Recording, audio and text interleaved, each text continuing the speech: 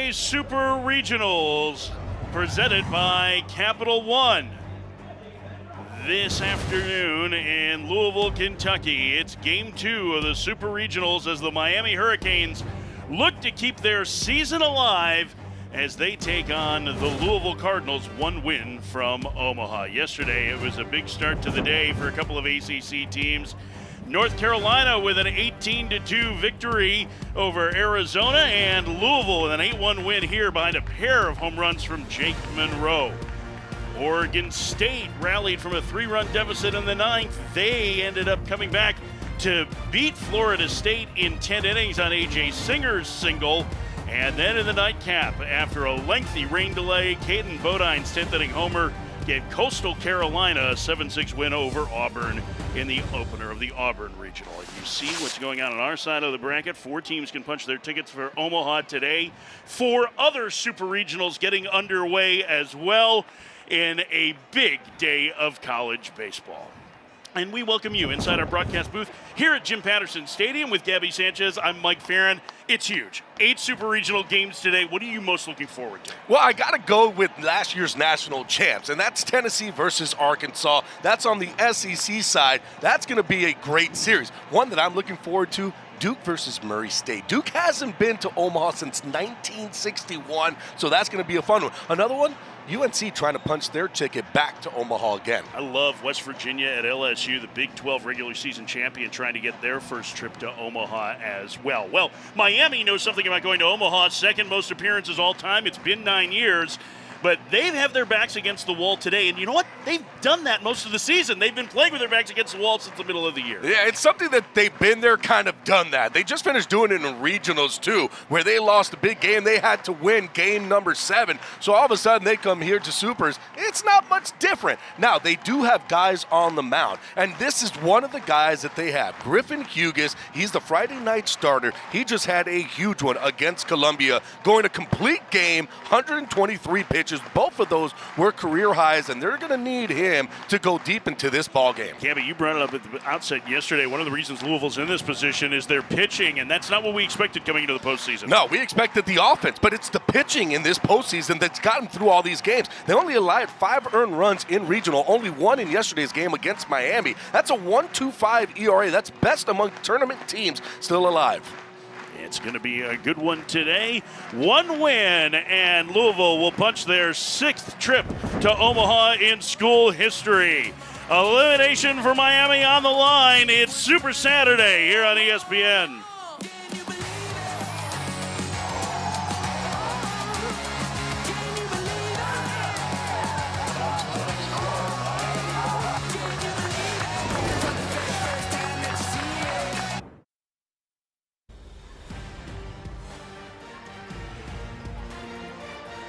The NCAA Baseball Super Regionals are presented by Capital One.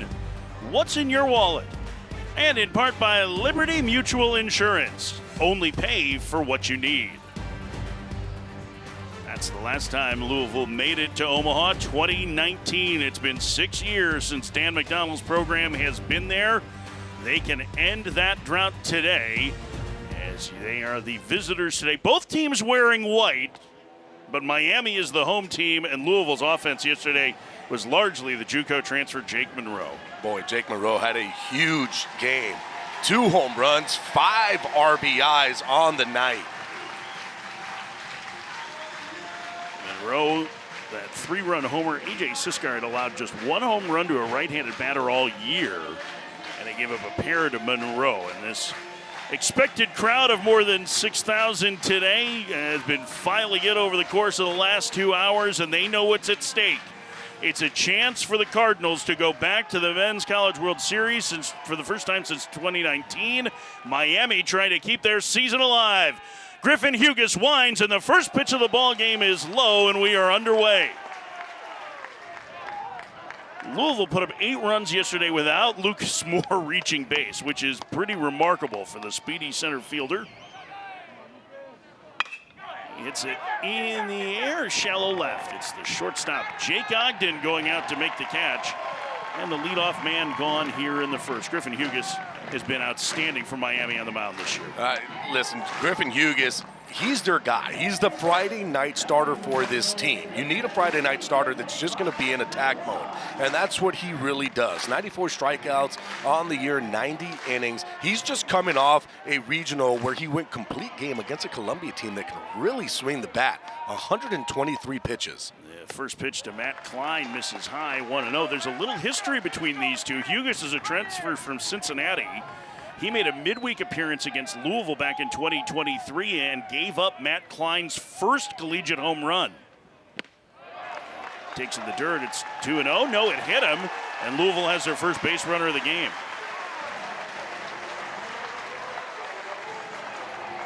In that outing for Hughes, just in case you were curious, he actually pitched pretty well outside of the homer, an inning and 2/3, 2 walks, 4 strikeouts in that one.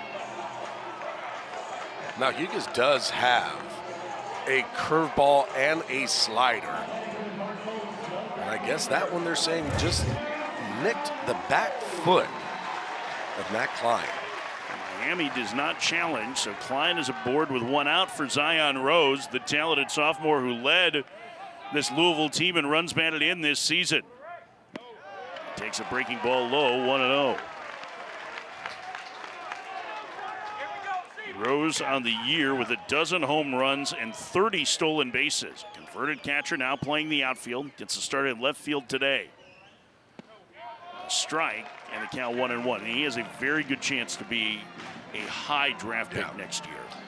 He's an exceptional player. Zion Rose, I know that you're definitely high on him with the numbers and what he can do with the bat and defensively.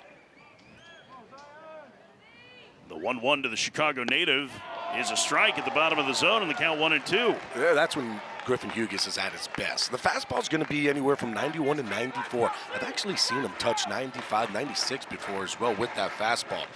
When he's down in the zone, he is really, really effective. Here comes the 1-2. Slow roller to short. This could be 2. Ogden to second for 1. Gonzalez to first. It's a double play, and the inning is over. Louisville fails to score to the bottom of the first. Louisville nothing, Miami coming to bat.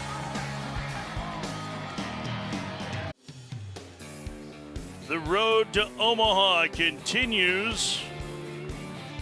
One team will have their hotel reservations honored out of this Super Regional. Louisville trying to make it happen today. Miami trying to keep their hopes of their first Men's College World Series appearance in 9 years alive. And here is J.D. Arteaga's lineup. Big day yesterday for Max Galvin. It was a huge day. Went 3 for 5 in yesterday's ball game. 2 doubles. Really the offense that Miami was able to put out there. And they're looking for another big one out of him because they need Daniel Cuvée to get going, who hits right behind Galvin. Tucker Biven gets the start for Louisville, the longtime reliever here who led the club at appearances a season ago. Moved into the rotation during the Florida State Series this year and has done a really nice job. He's one of their best pitchers. Yeah, you talked about it. He was the closer, 4 saves on the year. He's got reverse splits, which is weird. Righties are hitting 267 compared to the lefties who are hitting 230. And then you go to that slug percentage, 427 against righties, 377 against left-handed hitters. So righties are having a lot better time against Biven. New Albany, Indiana native, which is literally right across the river from Louisville. It's about a 10-minute drive from downtown Louisville to New Albany. So he's trying to pitch his hometown team to Omaha as Jake Ogden tries to keep Miami's season alive.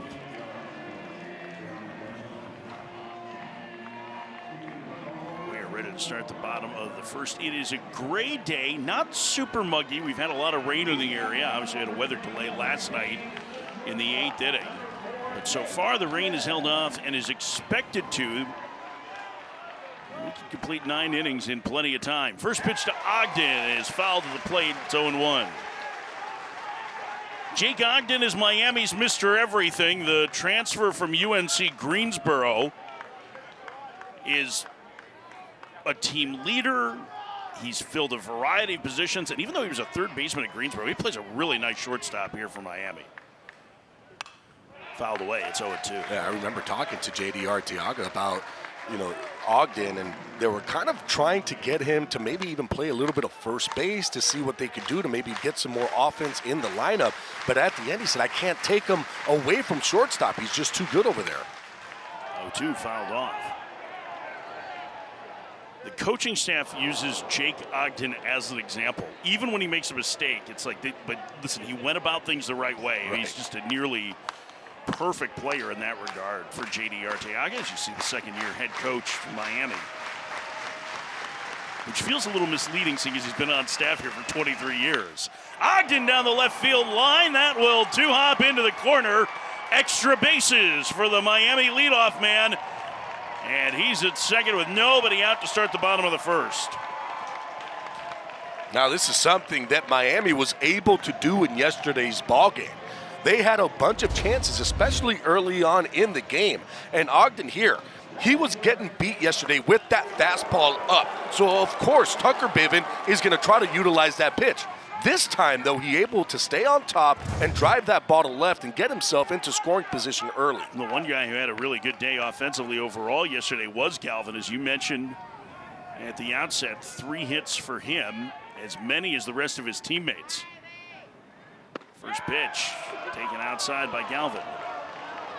Galvin, a transfer from Oklahoma State. You see the numbers from Miami. They had yesterday bases loaded, 1 out in the second inning, bases loaded, 1 out in the third inning, and second and third 2 outs with their best hitter, Daniel Cuvée, at the plate, and got 1 run out of those 3 situations. Galvin to left field. Rose got turned around a little bit, but he'll make the catch. Ogden tagging from second, heading to third, and the throw's offline. An aggressive base running move by Ogden to get 90 feet away. For a second there, I was just thinking that maybe Ogden was going to bluff. But I think because Rose had to keep going back and got turned around like you talked about, that put something in Ogden's brain thinking, I can get to third, and ends up getting the extra 90, getting himself into scoring position for Daniel Cuvée. The ACC's RBI leader, an all-first-team selection. He was the top freshman in the conference a year ago, and he swings and pops it up.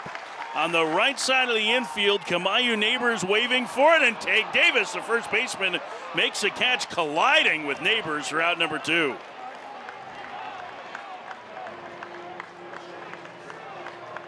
Two having a conversation now. You were first baseman. Well, here's the reason. Charge. Well, the problem is that Neighbors was playing on the other side of second base. They were playing Cuvée for straight pull mode. And because of that, Davis is looking at it. He feels like he has to go get it. And I don't think that he heard Neighbors calling for it. But, I mean, he does have the height advantage. So there's a big difference between Kamayu Neighbors and Tag Davis. Billy Van Raphorst, our home plate umpire, trying to make sure that Tucker Bivin is locked in on Dorian Gonzalez Jr., the senior 4-year contributor. Miami native takes a breaking ball in the dirt, 1-0. See Matt Klein behind the plate, and Gonzalez, 11 home runs on the season and 3 in the regionals. All 3 of his hits, including a grand slam, were home runs. Big breaking ball strike. It's 1-1. Gonzalez, an excellent defender. He's not your traditional cleanup hitter, although there has been more power this season. The 1-1. Fouled away. He's an important leader on this Miami roster. He's got a chance to give them the lead here in the bottom of the first as the Louisville fans come to their feet. The 1-2. In the air to left. Going back on it, Rose. Still going back, and he makes the over-the-shoulder catch for out number 3. What a play by Zion Rose. Not an easy read for the outfielder, and he tracks it down and saved a run. Boy, Zion Rose, what a good first step on this play. Gets back there, looking at it all the way, and makes the grab. Tucker Bivin loves it.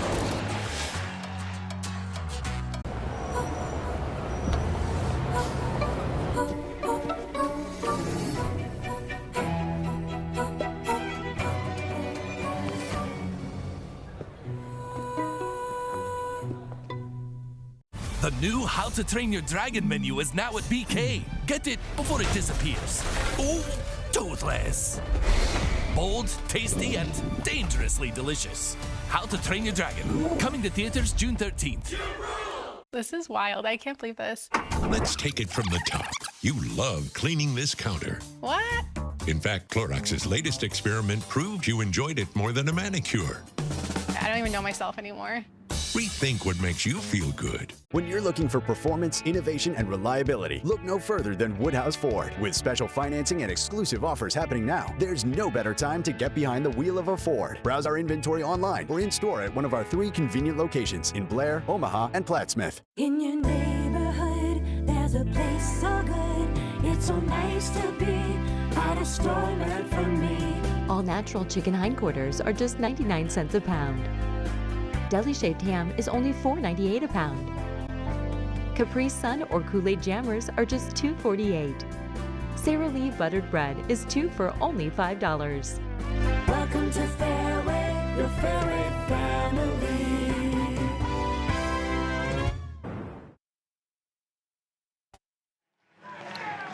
No score, top of the second. Super Regional Game 2.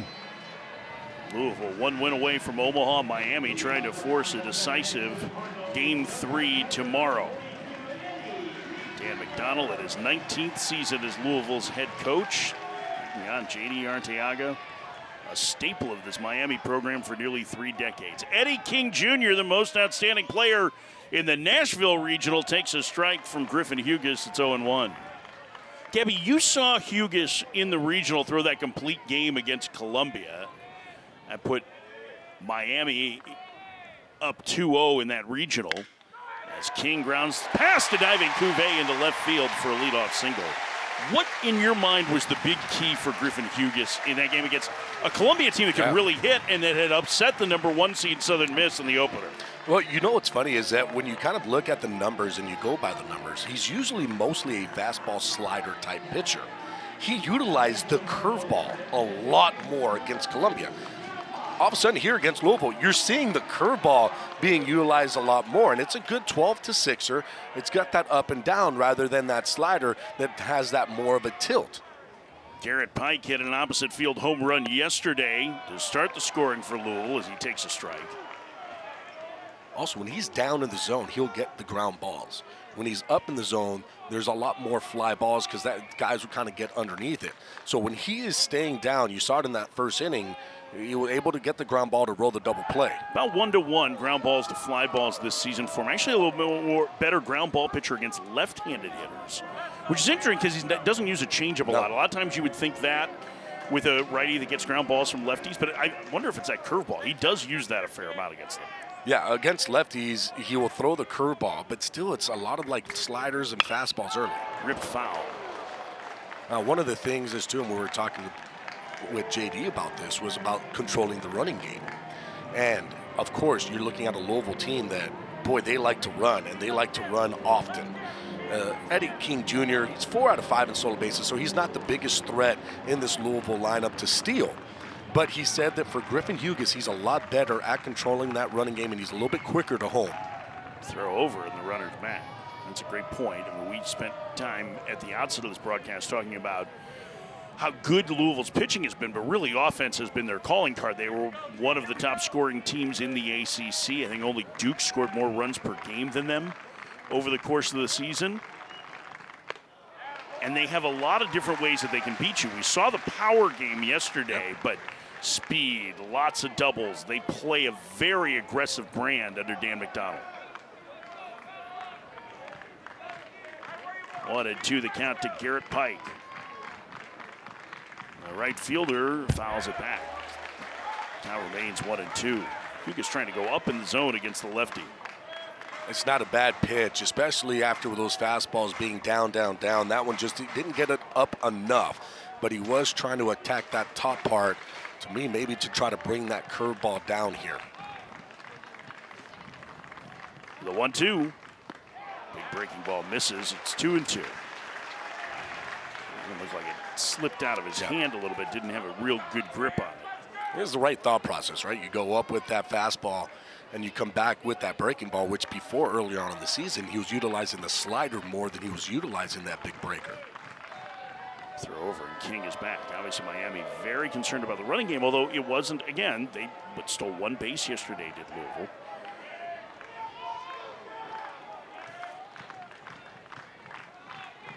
Smith has been fairly successful throwing out base runners this year, about 26%. Pitch high, and the count goes full to Pike. A very good at bat from the Toledo transfer.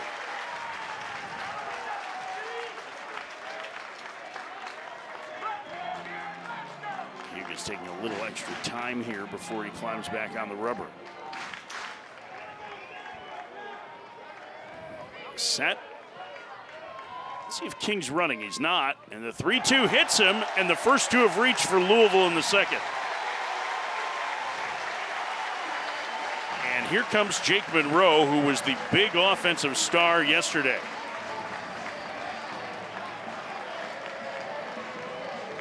You see what he did in game one against Miami, a one-man wrecking crew, that 3-run homer, capping a 5-run third inning that put Louisville in complete control.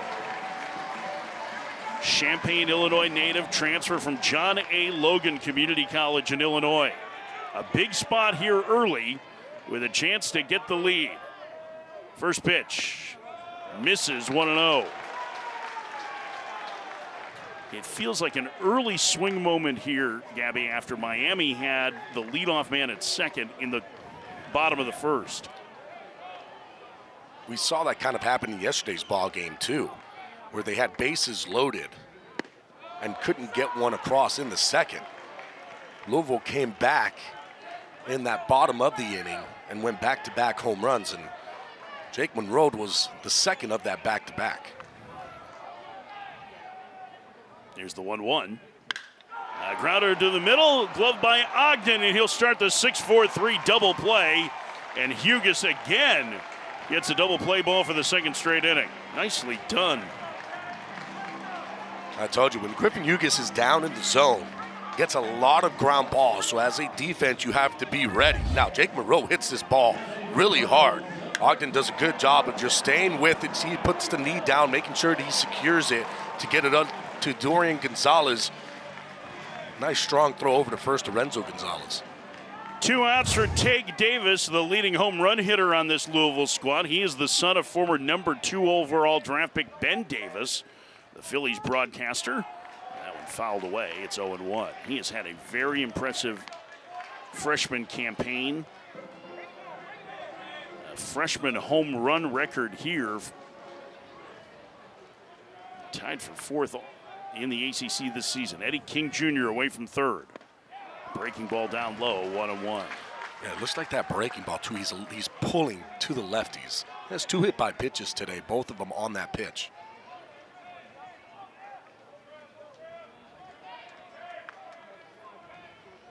Hugus set, and the 1-1 to Davis. It's 2-1. Yeah, you have to be careful, too, with Davis, especially with that elevated pitch. Those pitches up in the zone, Davis absolutely crushes.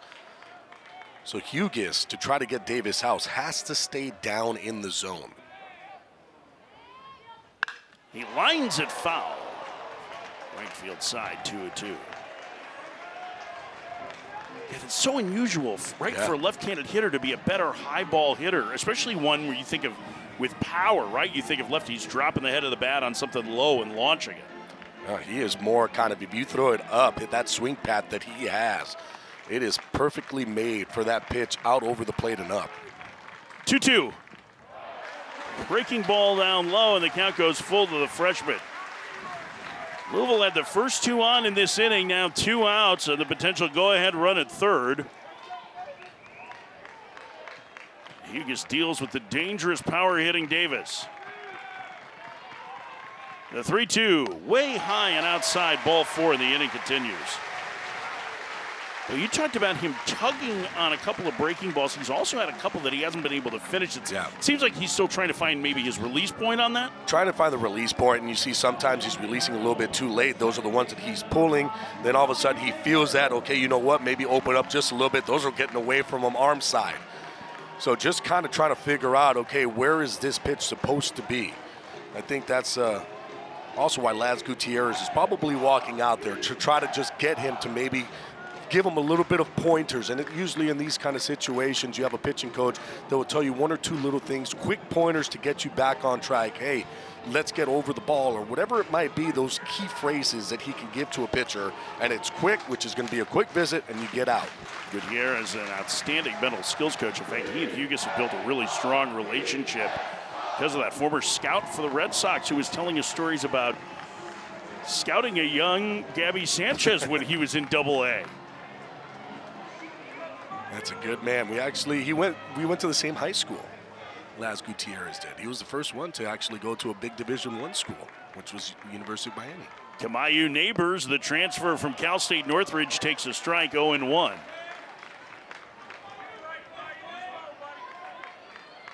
Neighbors is the leader of this team in a lot of ways. He has the respect of all of his teammates, and this is just his first year in the program. Former JUCO player at Long Beach before going to CSUN last year to play for the Matadors. 0-2 the count. The pitch to the switch hitter, bounced foul. Hugus right now just trying to exploit that inside part of the plate to Kamayu Neighbors. Got two fastballs called on that inside, try to expand a little bit more. Neighbors this time fouled it off. 8 pitches in the first for Hugus. This will be his 22nd pitch in the second inning. The delivery down low. Neighbors able to hold off. It's 1-2. I thought he was kind of set up there maybe for a changeup down and away. He will throw changeups to lefties, not really to righties. Runners get their lead at the corners, and the 1-2 to Neighbors. Called strike 3. Fastball came back to the corner, and Neighbors rung up with runners at the corners. Hugus gets out of the jam and posts a 0. Bottom of the second, Louisville and Miami scoreless. The new How to Train Your Dragon menu is now at BK. Get it before it disappears. Ooh, toothless. Bold, tasty, and dangerously delicious. How to Train Your Dragon. Coming to theaters June 13th. This is the best, right? Wrong. Clorox measured people's brain waves while they tried stuff. Massages, dogs, cleaning, nails, a treat. And the results? Whoa. Whoa is right.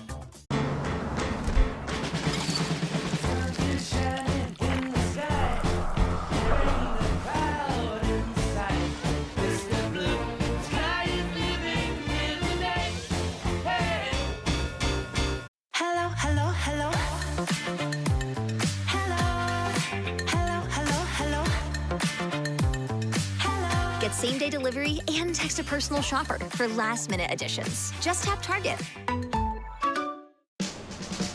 With USPS Ground Advantage, it's like you're with us every step of the way.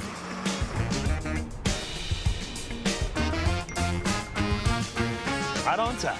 Stay in the know from your dock to their door. Experience Employee Pricing Plus at Woodhouse Chrysler Dodge Jeep Ram. Take advantage of exclusive pricing on our full lineup, like the confident and capable new Jeep Grand Cherokee. Serving our customers since 1991. This is Woodhouse.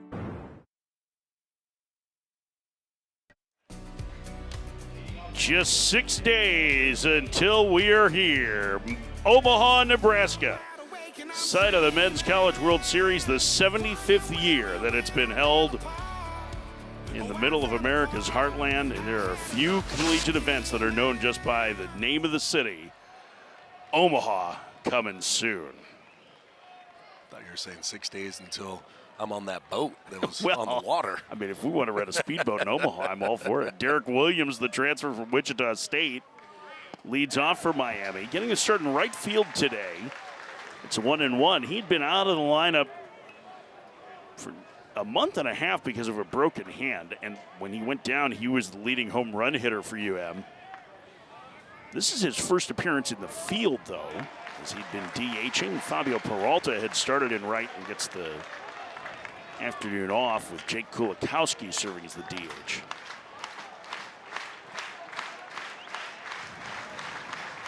One and two, the count to Williams.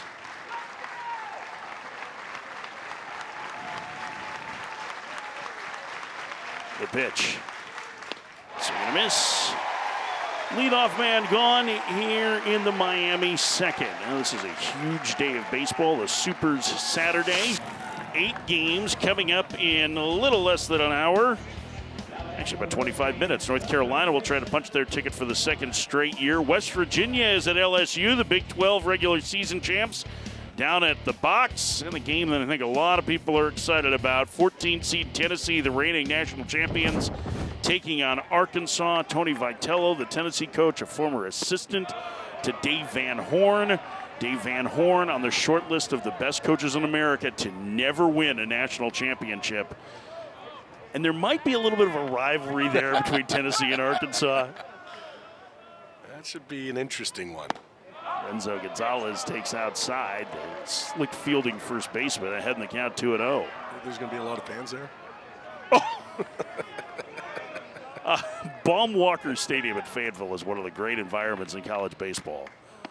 And like all the things that you think about Arkansas sports and sporting events absolutely happen. There's the calling of the pigs. They have the hog pen out in left field that there's, I mean, literally a mad dash to get into. It's an incredible environment. And when they're facing a rival, look out. Now Lisea throws out Gonzalez, 2 up, 2 down for Miami in the second of this scoreless game. You talk about a mad dash. We almost got trampled today when we were talking with the coaches coming in. All the fans coming in to get to that left field fence area, the home run zone. All I hear is sorry, sorry, sorry, sorry as they're just running past us. You remember when you were in grade school and they told you not to run in the hallways and you would walk really fast, right? That's what everybody looked like. It was like somebody was like, do not run out to the berm. And so everybody just tried to walk as quickly as they could. Maybe a little bit of a trot, yeah. But it was waves of people going out there. Tanner Smith bats, transfer from Oregon State. Basha High School in Chandler, Arizona product, chops this one foul. It's 1-1.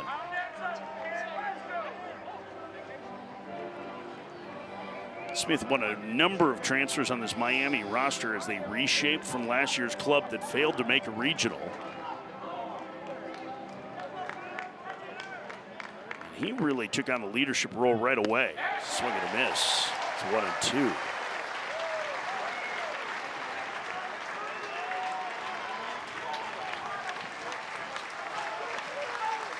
Louisville's fans to their feet again. And the 1-2 outside. 2 balls and 2 strikes. Again, if Louisville wins, they go to Omaha. Miami needs to win to force a decisive Game 3 tomorrow.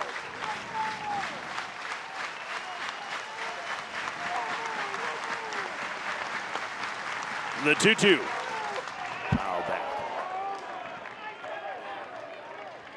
Smith fighting to stay alive.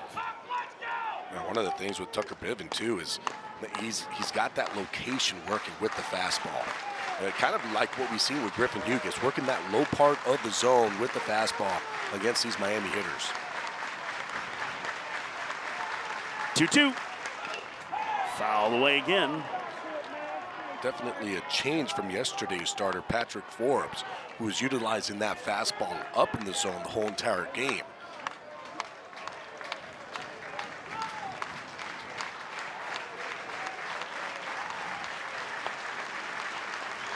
Piven trying to slow his heartbeat down with those deep breaths. The 2-2. Fouled away again. Piven got that one up to 96 miles an hour. Usually will stay at about 93, 94. But he does have a little extra in his back pocket whenever he wants to unleash the fastball. Smith has made him work the 8th pitch of the at-bat, and the catcher takes outside, and the count goes full. 2 outs, nobody on, last of the second, no score.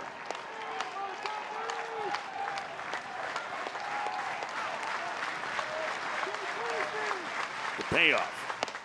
Upstairs, ball 4. It's a 2-out walk. What an at-bat by Tanner Smith. Just battling, fouling off some tough pitches, staying with it, and ends up winning that battle.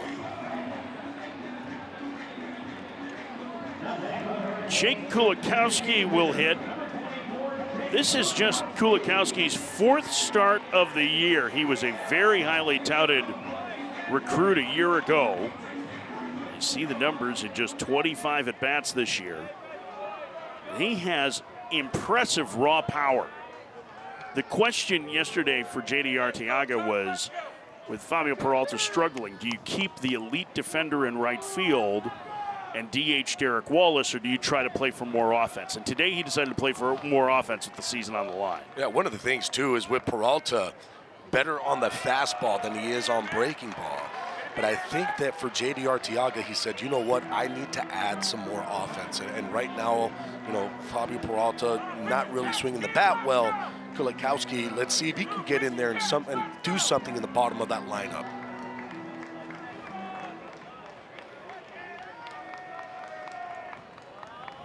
Here comes the 1-0. It's 2-0, and now he's at a count where you worry about him doing damage. Again, not that many plate appearances this year, but the big power reputation as a prep athlete. You can see it in BP. Yeah, BP is impressive. Now, no home runs on the year. If I'm him, I'm sitting straight dead red fastball. Try to catch it out in front. 2-0. Takes inside, 3-0 to the number 8 hitter. Now the question is, do you let him swing or do you have him take? And I think in this situation, since he hasn't been playing, I've got to give him a take sign just to kind of see where that pitch is and not get a little too aggressive. The 3-0 is taking and takes a strike. It's 3-1. I think the other part of that is, boy, you would love to get the number 9 hitter to the plate here in this inning, right? With Michael Torres on deck. Can you turn your lineup over is the big question. Still in a good hitter's count at 3-1.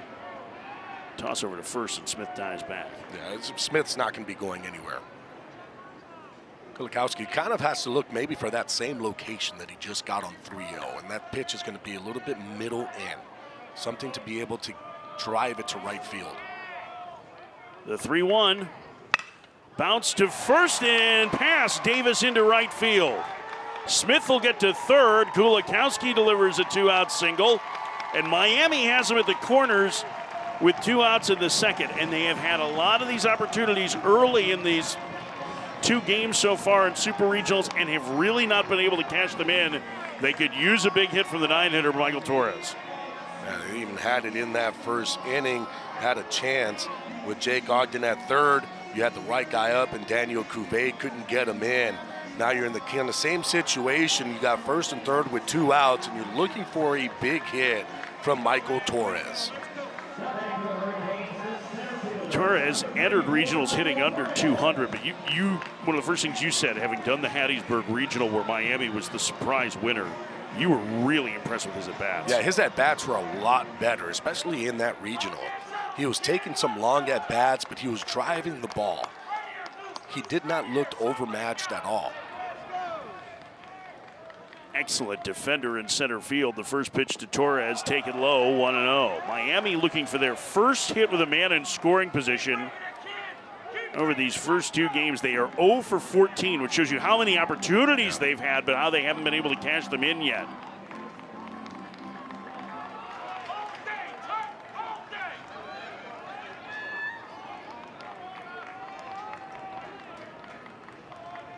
The 1-0. Breaking ball in the dirt. It's 2-0. And now Torres in the driver's seat here as the strike zone starting to elude Bivin a little bit. And Roger Williams, the longtime pitching coach for Louisville, is going to head out to the mound. You got a situation, too, where if you're Louisville, you want to go right after Torres. You don't want this lineup to get flipped. You got Jake Ogden sitting on the on-deck circle. He had a great at-bat, his first one. It ended with him hitting an extra base hit, a double on a fastball up in the zone to left field. So right now, if I'm Michael Torres, I kind of look on deck and I know, okay, I do have Ogden. They don't probably want to get to him, so they're going to try to come after me. I'm going to be looking for something that I can handle, and I'm going to look more to the middle part of the plate. I don't want something that's going to be in. For me, when Torres is at his best, it's when he's getting something that's out over plate, not when he's getting something that's in. Yeah, not a whole lot of power, but seems to use the middle of the field pretty well. Yeah, he does. He uses the middle of the field, and not only that, those pitches that are out over the plate, those are the ones that he can actually pull into that 3-4 hole. Conference over, runners get their lead at the corners, and that one lined into left field, a base hit, and Miami has the lead. Their first hit with men in scoring position in the Super Regional makes it 1-0 Hurricanes as the number 9 hitter delivers. Well, and that's what you got to do in that situation. It's a 2-0 count. Looking for a fastball, something in the middle part of the plate, staying on it, driving it the opposite way. And how about the 9-hole hitter, Michael Torres, coming up big for Miami? Look at what the opportunities that they had in this rally all started with 2 outs. Bivin got the first 2 easily in the inning. Lineup turns over for Ogden. Throw to second on the runner back.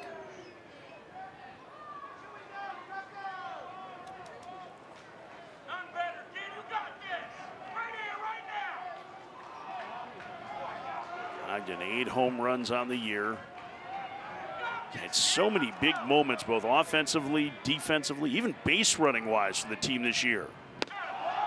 In the dirt, it's 1-0. He's had a straight steal of home earlier this season against NC State.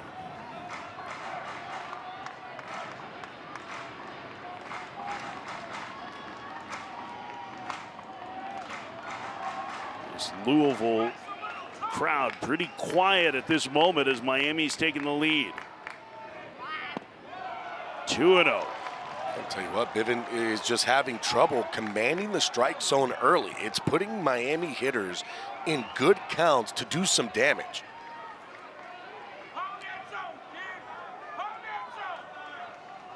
Two 2-0 the count to Ogden. Pitch in the air, right center field. Lucas Moore on the run, and the center fielder tracks it down right in front of the fence. And the inning is over. Miami gets on the board thanks to the big hit from Michael Torres. The number 9 hitter delivers, and Miami, trying to keep their season alive, leads 1-0 going to the third. The new How to Train Your Dragon menu is now at BK. Get it before it disappears. Ooh, toothless. Bold, tasty, and dangerously delicious. How to Train Your Dragon. Coming to theaters June 13th. This is wild. I can't believe this. Let's take it from the top. You love cleaning this counter. What? In fact, Clorox's latest experiment proved you enjoyed it more than a manicure. I don't even know myself anymore. Rethink what makes you feel good.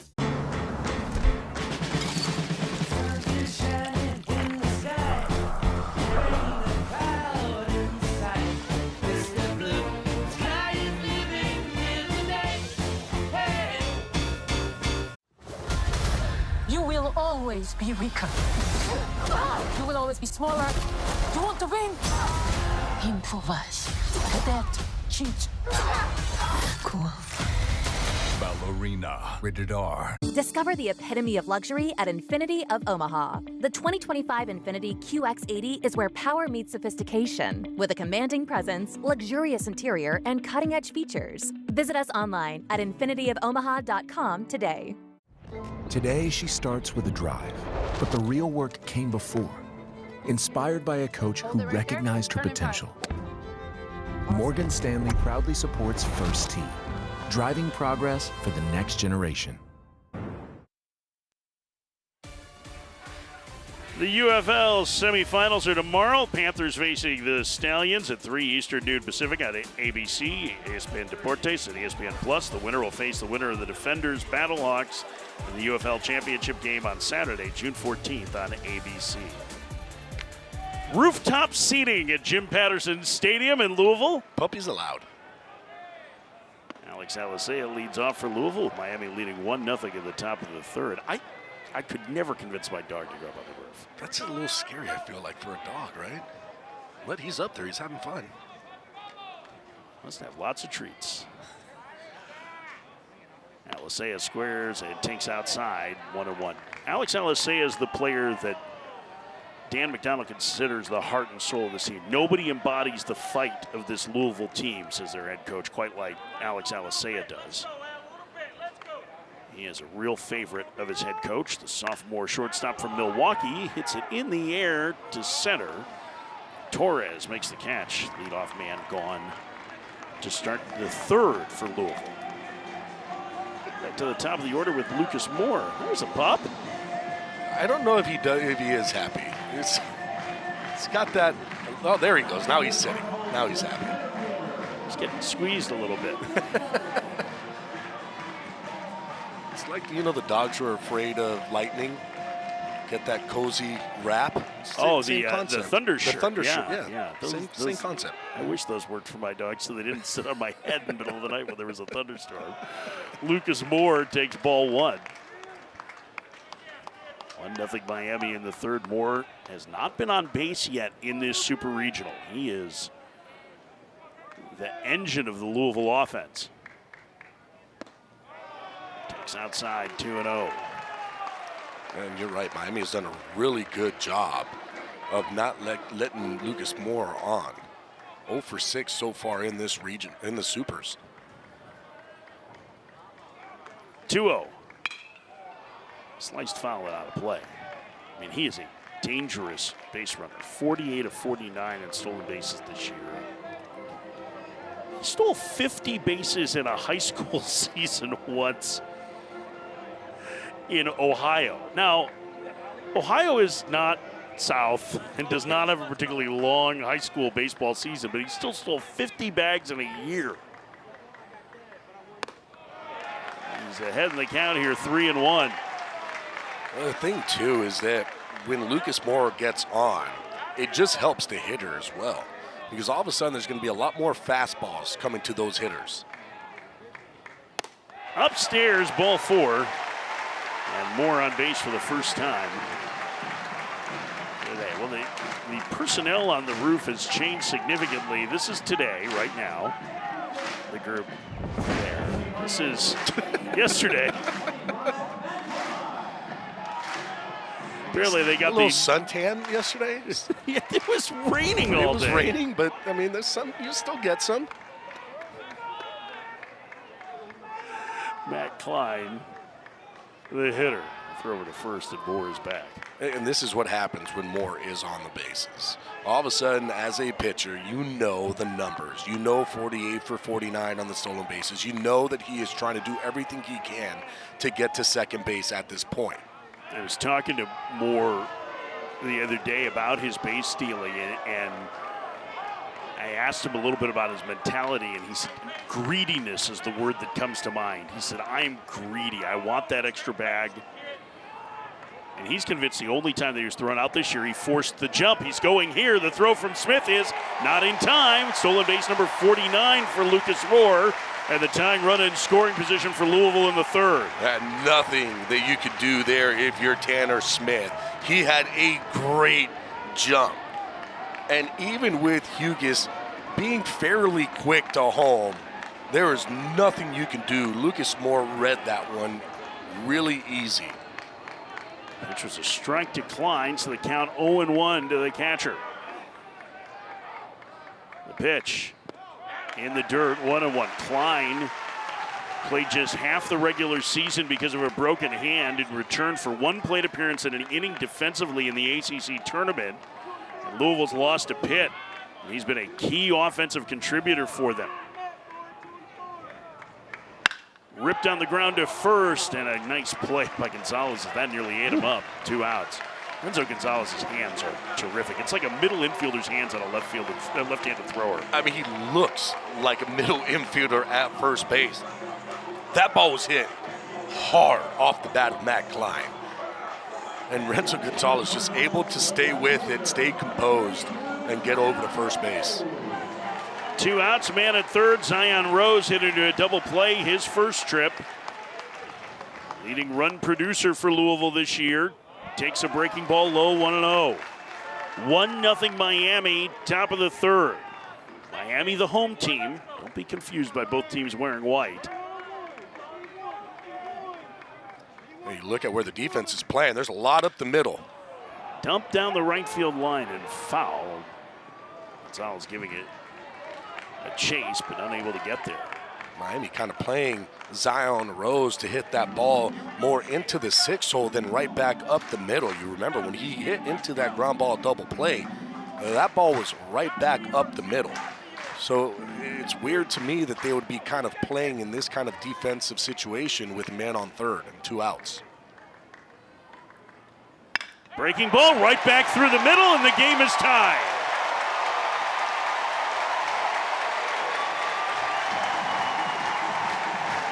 Zion Rose delivers a 2-out single. I don't know if defensive positioning would have helped there, but you're right on the way he was approaching that at bat. Yeah, just trying to take it. And here's the thing, too, as a hitter, if I'm up there and I see that you're giving me a big lane right back up the box, it changes what I'm trying to do. And I say, okay, fine. Now I know that I can just kind of hit a ball hard, maybe to that left side of the base. So now all of a sudden I stay on a breaking ball, which is exactly what Zion Rose does. Stays on that breaking ball and drives it right back up the box. Eddie King Jr. has been red hot down the stretch. The cleanup man, the senior from Chicago. He swings and crushes one deep to left center field. 3-1 Louisville.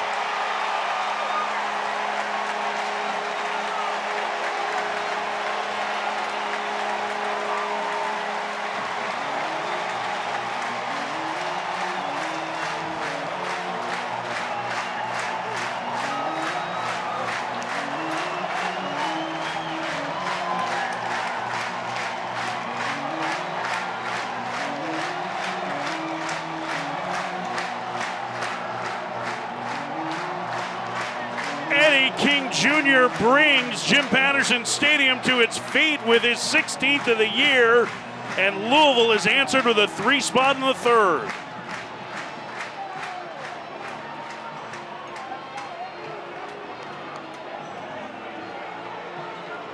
And the umpires are getting together now, and I wonder if they're concerned about how far out of the dugout Louisville was after that.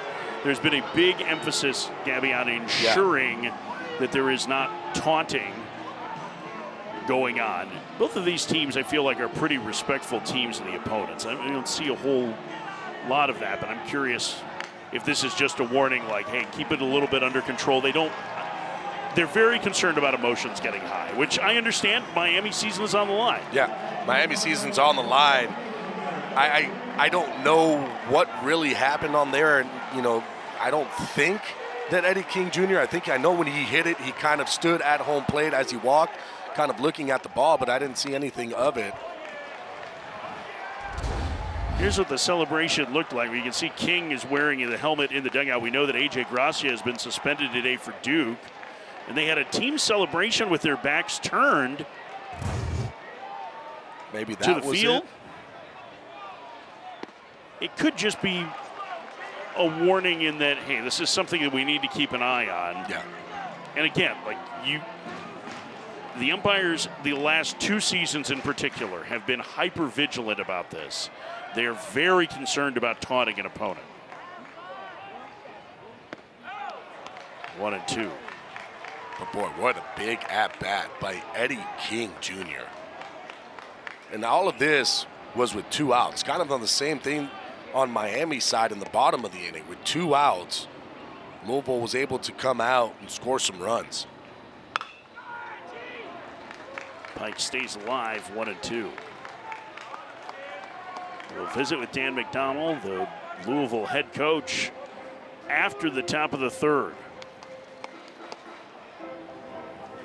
So giving it some instruction to his freshman first baseman, Tate Davis.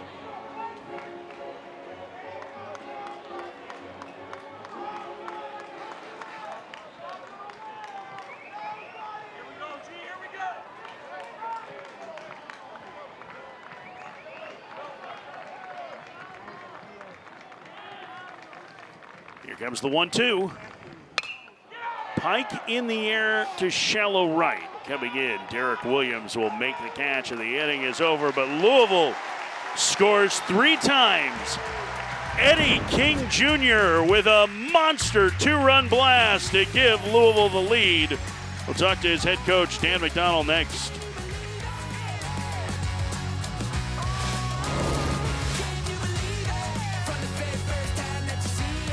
The new How to Train Your Dragon menu is now at BK. Get it before it disappears. Ooh, toothless. Bold, tasty, and dangerously delicious. How to Train Your Dragon. Coming to theaters June 13th.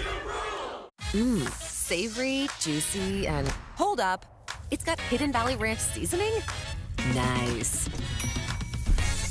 Crispy, zesty, ranchy perfection. Hidden Valley Ranch. Only serious about flavor. If it's summer, Frank's got you covered with these sizzling deals at Fairway. This week, Ruffles are just $3.88. Blue Ribbon Classics bars are only $4.99. Capri Sun or Kool-Aid Jammers are just $2.48. Whole seedless watermelon is only $5 each. Fairway, sizzling savings all summer long. Louisville with a 3-spot leads Miami 3-1 at the bottom of the third. We're joined now by Dan McDonald, the head coach of the Louisville Cardinals. You had a conversation with the officials after Eddie King's home run. What did the umpires say to you? Yeah, he gets a warning. We're not allowed in college baseball to flip the bat. Obviously, there's a lot of emotion going on. So you're just trying to keep everything under control. I don't worry about these two teams. There's a lot of respect for each other in the ACC, and Eddie might be the sweetest kid on the planet, but I've never hit a ball that far, so I don't mind if they admire it a little bit, but, I just, as long as the umpires just try to make good decisions just to keep it from, you just want the best players to be in the game playing, that's all. Yeah, I agree with that 100%. I didn't really see anything wrong with it. What do you see right now with Tucker Biven on the mound for you? I mean, they put together a good 2-out rally, and they stayed in the strike zone. We put together a 2-out rally. He competes. Man, is he a tough kid. Just, it's pitching, right? Land your breaking ball, fastball command, try to stay ahead. Again, they got good hitters. They're going to make you earn it, so we just got to be aggressive in the zone and not try to force it. Mag, it's been 6 years, I think, since you guys have been to Omaha. What would it mean for you to get one of these next 2 games? We're trying not to even go there. It's just more about this journey. I want these kids to enjoy this journey. I mean, look at this place. I mean, look at the fan base, the city, the excitement. I mean, this is awesome. I mean, I talked about that this week. Like, having been to Omaha, I've been blessed to go as a player and as a coach. Like, the Super Regionals, like this weekend is the best weekend in college baseball because of the 16 teams trying to advance their season, So you want them to enjoy it and have fun. What is it about groundouts to Kamayu neighbors while you're on with us? That one was a little more routine than yesterday. So yeah, I always say I'm not a superstitious guy, but I'm a winning routine guy. So if that's a winning routine, I'll keep this headset on for 9 innings. Mac, we appreciate the time. Best of luck. Yep, thanks, guys. Dan McDonald, the head coach of the Louisville Cardinals. He mentioned he went to Omaha as a player in 1990 with the Citadel. 5 appearances as a head coach here as Daniel Cuvée hits. Louisville had only been to 1 regional all time before Dan McDonald took over 19 years ago. Now it's 15 regional appearances and 10 super regions. Powerful Cuvée takes low and a count 1-1.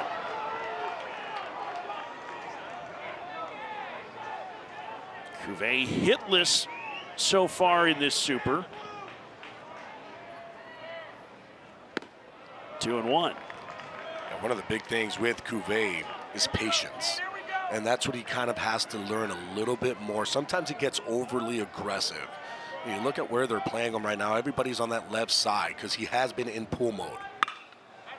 It's that one to right center. Moore going back, still going back. He's got room on the warning track to put it away for out number 2. A little bit better there from Cuvée, trying to stay to the middle. A lot better, especially after his first at-bat. ball got in on him, kind of just popped it up to second base with a runner on third and less than 2. That one, you can see kind of driving it the opposite way, just gets a little bit underneath it. But that's when he starts going good, he is driving that ball to that area. 2 outs for Dorian Gonzalez Jr., 3-1 Louisville bottom 3. Miami needs to win to keep their season alive. And a bouncer to short.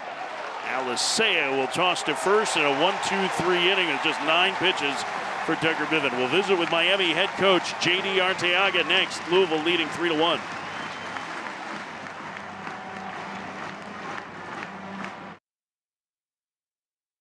Fire it up. The all-new Dragon Flame Grilled Whopper is here at BK. Bold, juicy, flame grilled, and ready for adventure. Experience a new kind of flame at Burger King.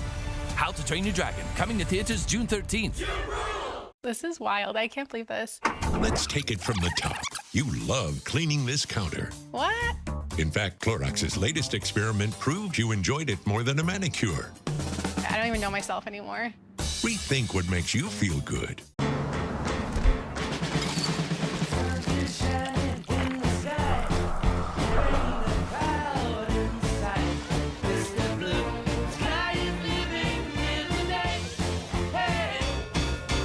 When you're looking for performance, innovation, and reliability, look no further than Woodhouse Ford. With special financing and exclusive offers happening now, there's no better time to get behind the wheel of a Ford. Browse our inventory online or in store at one of our 3 convenient locations in Blair, Omaha, and Plattsmouth. The NCAA Baseball Super Regionals are presented by Capital One.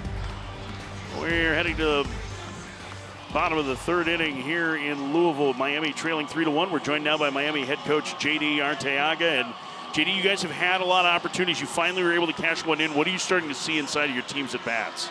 Well, I think we're getting, good early in the count and putting ourselves some good hitters' pitches there. And, Max, I think, kind of helped him out there swinging that 2-0 fastball down out of the zone. So you got to get him up. He's got a really good sinker. You got to get him up in the zone. JD, kind of looking at what Griffin Hughes is doing, kind of rolling there early on, had a tough one in that last 3rd inning. What do you expect from him here moving forward? I just like to see him a little more aggressive with his breaking ball. He's kind of feeling his way through it, a little hit a couple left-handed hitters there. So just be more aggressive with it and just attack, man. Just keep attacking. JD, before we let you go, this team you've talked a lot about has gotten very, very close and got very close very quickly. Why do you think it was, and what's it been like coaching this group with everything that they've been through this year? It's been a lot of fun, man. It's a great group, man, and just want to keep playing as long as possible. But all the credit to them. They put in all the hard work, and they, great locker room, great clubhouse, and all the credit goes to those guys. JD, as always, we appreciate the time. Best of luck. Thank you. J.D. Arteaga, the head coach at Miami, went to Omaha 4 years as a player with the Canes. Literally retired out of spring training, right? Yeah. Was in spring training with the Rangers in 2003 and got a call in the middle of the college season from Jim Morris as Monroe hits this one to deep left. That one going back to the fence. Does Galvin have room? No, it's gone.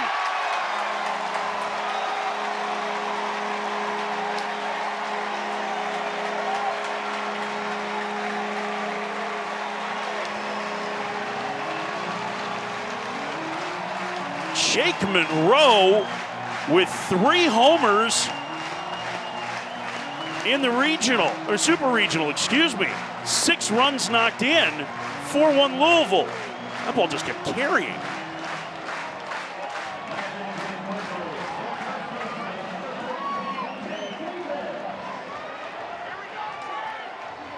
Well, a 3rd homer of the day brings the shirts off. That's what it is. Davis through the right side. That's a base hit.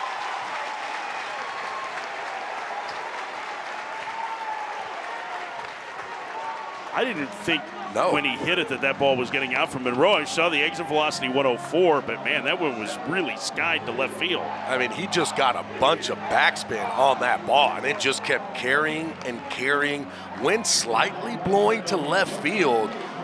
But you're right. As soon as he hit that ball, I said, oh, he must have just gotten underneath it, but he didn't. That ball was gone. Bob Evans getting loose, and J.D. Arteaga's going to the mound, and generally this means it's time for a pitching change. Is this going to be it for Griffin Hughes? This is going to be interesting. And the way that I'm looking at Griffin Hughes right now, he's definitely not happy. And I think that JD is going to get the ball and take it from him. Hughes and Siskar both have struggled and been out early. And disappointment for the junior transfer from Cincinnati, who's been so good for the Canes all year. Rob Evans coming in. It's 4-1 Louisville in the fourth.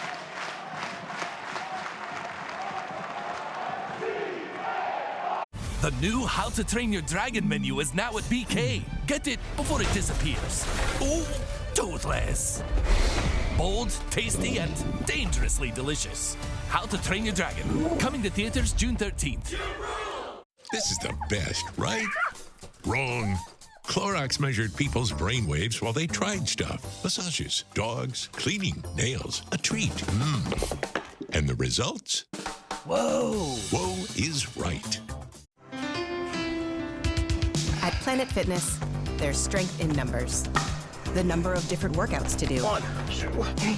Different clubs to do it in. Friends to do it with. Looking good, everybody. Yeah, we are. And the number of ways to recover from it all. You got this, come on. And it all adds up to one membership. The Planet Fitness Black Card. Access any location, bring a friend anytime, and recover in the Black Card spa. One more, everybody. We're all strong on this planet. Planet Fitness. Discover confidence, comfort, and class in your new vehicle from Woodhouse Buick. View our inventory and offers in-store or online at woodhousebuickgmc.com. Woodhouse Buick GMC. We are professional grade. If it's summer, Frank's got you covered with these sizzling deals at Fairway. This week, Ruffles are just $3.88. Blue Ribbon Classics bars are only $4.99. Capri Sun or Kool-Aid Jammers are just $2.48.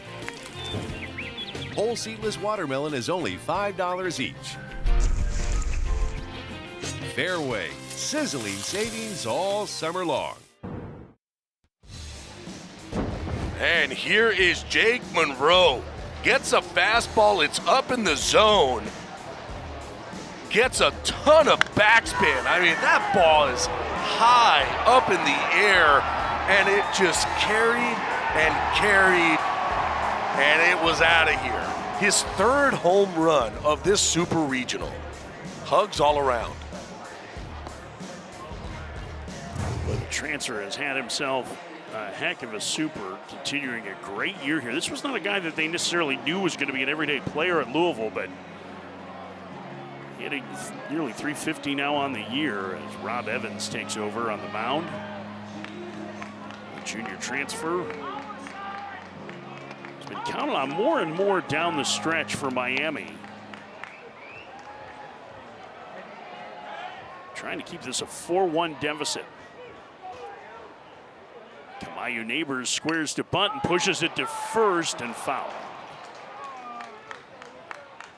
Griffin Hughes out after 3+ innings. Remember, he threw a complete game in the regional and just didn't seem like he had the sharpest command. You talked a lot about that, really struggling with that breaking ball. Yeah, he was struggling with the breaking ball and all of a sudden became fastball heavy. And when he would throw the breaking ball for a strike, it was up in the zone. And I think what happened there with J.D. Arteaga is he saw that second time through the lineup, started to get touched up a little bit, so decided can't give up anymore, got to go to the bullpen to see if you can, one, stop the Louisville offense and keep the game right where it's at. So you bring in Evans. It's a good fastball, 90 to 93, has a slider, will throw a changeup as well. Carson Fisher getting loose, the key setup man for Miami, as Neighbors fouls it away. On the bunt attempt, it's 0-2. There you see Carson Fisher getting loose in the Miami pen.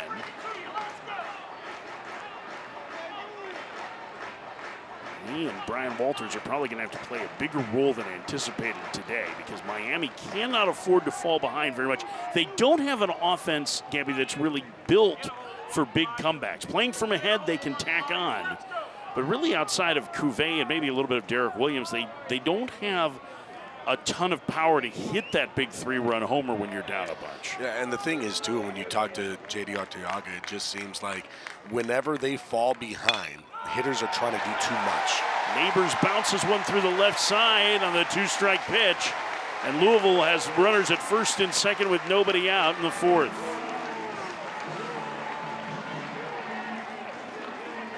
Sunday night baseball. We have baseball's best rivalry, the series finale between the Red Sox and the Yankees. 7 Eastern, ESPN, ESPN Deportes, and ESPN Radio. Our coverage begins at 6 Eastern. Baseball tonight. Sunday night countdown. You see Tino Martinez's name. He paid for the press box here at Jim Patterson Stadium 20 years ago because his brother-in-law, Lalo Prado, was the head coach.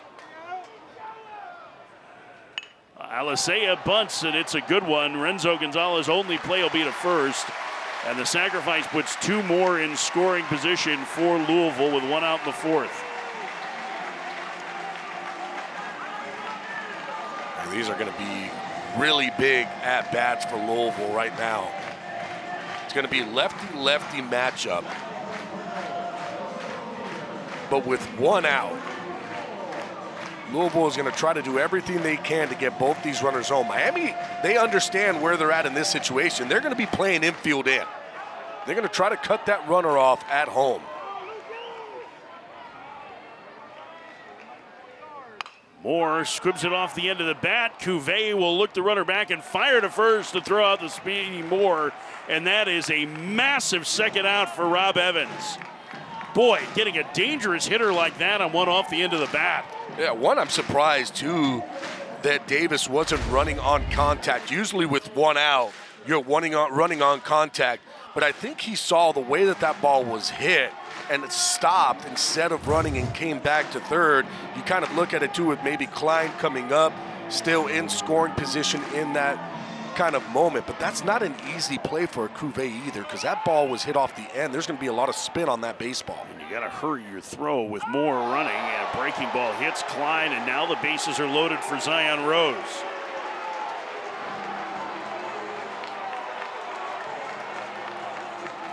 There's been 3 hit by pitches already in this game, all of them on breaking balls.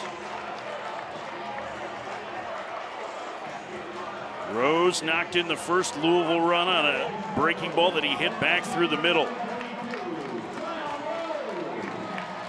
He leads this team in RBIs, and now Tanner Smith and J.D. Arteaga going out to the mound. And once we're through the lefties, Arteaga's going to one of his biggest relievers, it looks like, as Carson Fisher set to come into this game. J.D. Arteaga knows exactly how important this moment is. Miami trying to keep their season alive, down 4-1 in the top of the fourth inning.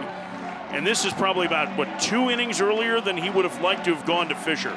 Yeah, he definitely did not want to go to Fisher this early in the ball game, but this might be the ball game, which is why Fisher is coming in. Yeah, bases loaded, then Zion Rose coming up to the plate. So you have to go and you have to bring in your high leverage guy in this situation. Now, Fisher is a guy that can go multiple innings. He's gone 2 innings plus in a bunch of games this year, even went 3 innings against FIU in a midweek game. So Fisher is a guy that can maybe give you those 3 innings, get you at least deeper in this ball game. But again, you're coming up into a situation where they're going to count on Fisher to get out one of the better hitters, if not the best hitter, in this Louisville lineup. It's a good fastball, slider, changeup mix. The fastball 90 to 93. He can take up to that 4 and 5 as well. Transfer from Davenport University.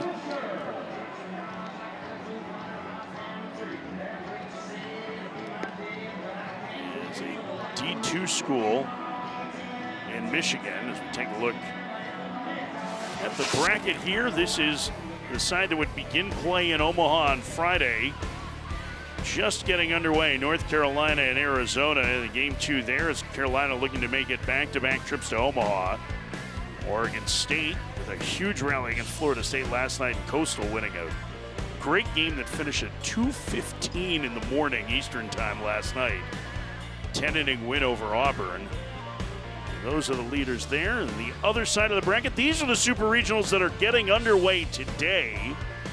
The 4 other trips, of course, the biggest one you can see at the bottom, the one that most people are very excited about, Arkansas and Tennessee as that rivalry renews in Fayetteville.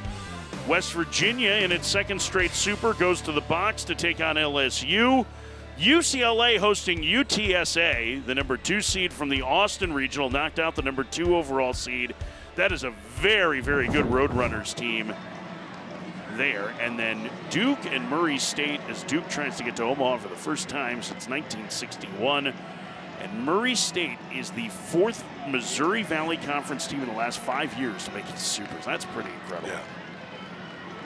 Last year, Evansville pushed Tennessee to the brink, winning game 2 in Knoxville. That's why you gotta love baseball. You never know what's gonna happen. I mean, you look at the regionals this year, the number 1 and the number 2 seed out. Yeah. Big at bat in this game as Zion Rose will face Carson Fisher. Miami's setup man, Teg Davis at third, Tamayu Neighbors at second, Matt Klein at first. 2 outs, 4-1, Louisville leading. A win for Louisville sends them to Omaha, and a pickoff play to second, and Tamayu Neighbors is going to get caught in a rundown. They're running at both runners and throwing to third is Dorian Gonzalez Jr., and a huge pickoff play by Miami gets them out of the inning. What a decision, what a play. I'll tell you what, is Ron Frazier coming back or what? What a play, bases loaded, and you decide to run an inside move to second base, catching Neighbors off the base, getting out. What a big play for Miami. The new How to Train Your Dragon menu is now at BK. Get it before it disappears. Ooh, toothless. Bold, tasty, and dangerously delicious. How to Train Your Dragon. Coming to theaters June 13th. Clorox Sentiva cleans like Clorox. Smells like grapefruit. Feels like trusted clean, long-lasting freshness. Clorox Sentiva. Drive with confidence in a new SUV from Woodhouse Nissan. Like the versatile 2025 Nissan Rogue, designed for comfort, technology, and adventure. Serving our metro for over 20 years, this is Woodhouse Nissan. In your neighborhood, there's a place so good. It's so nice to be at a store learn from me. All natural chicken hindquarters are just 99 cents a pound. Deli shaved ham is only $4.98 a pound. Capri Sun or Kool-Aid Jammers are just $2.48. Sara Lee buttered bread is 2 for only $5. Welcome to Fairway, your Fairway family. You can still leave. You still have a choice.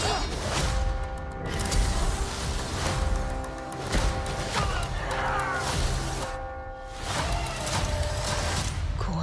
Ballerina, rated R. Tamayu Neighbors picked off of second base with the bases loaded to end the inning. And you saw it take Davis, a first baseman, Alex Alisea between innings also coming up to him. And this is the emotional leader of this Louisville team. And now Miami needs some hits to capitalize on this momentum with Derek Williams leading it off. Williams, Renzo Gonzalez, Tanner Smith against Tucker Biven, and chopper foul. 1-1. That was just a sensational play. I mean, I don't think anybody in the ballpark was expecting a pickoff play to second with the bases loaded. I told you in between innings, I'm like, I was picked off on that play too. That was the last thing that I would expect to be run. Bases loaded, you do an inside move to second base. Wow. 1-2.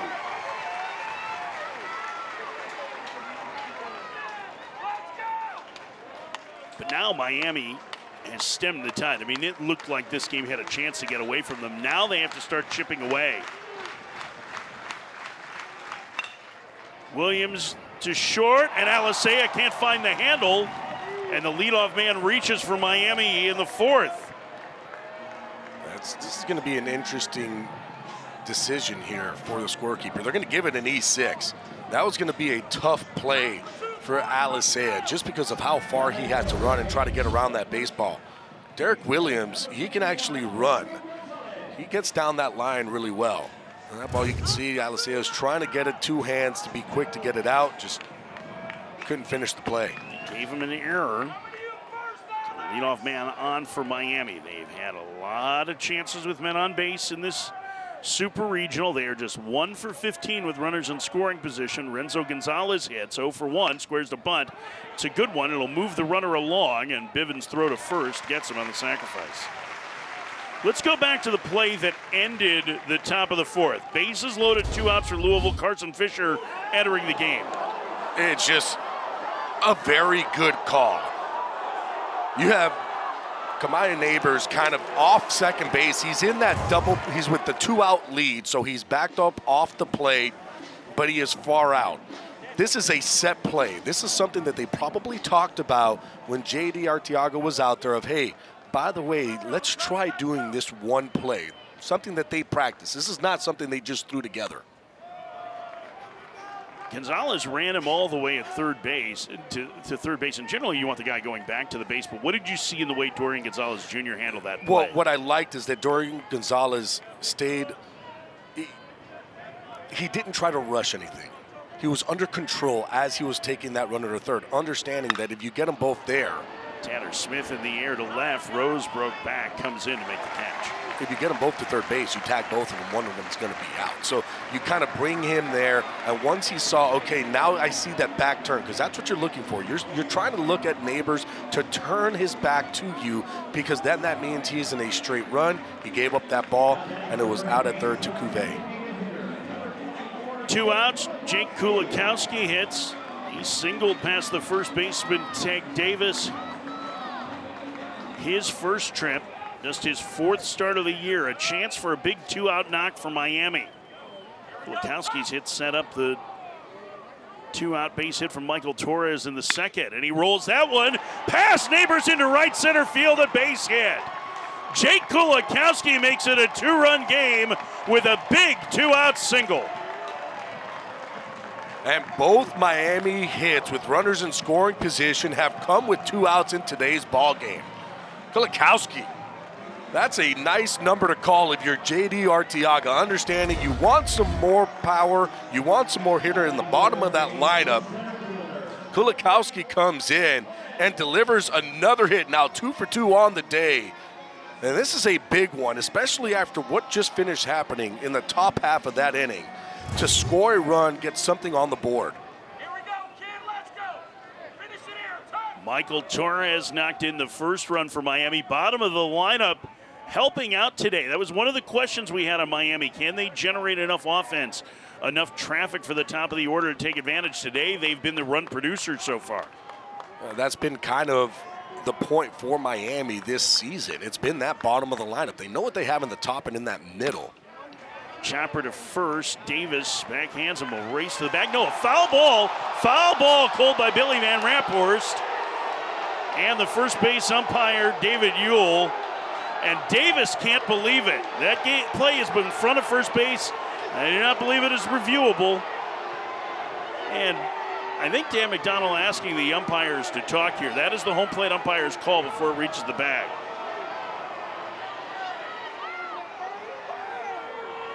Foul ball is the call. Yeah, I didn't think that they were going to change that after that decision was made. And it's where that ball is. Does he catch it in foul territory? And that's what you have to look at. There was a lot of spin on this baseball. It started to work foul. You see that jump. And where is he catching it? Hard to tell from where we are. I wonder if because he backhanded it, if that's what ended up causing that to happen. But there's, again, a play that's not reviewable. Michael Torres gets second life and is behind 0-2. Well, the other thing that it does is it makes Bivin now throw extra pitches.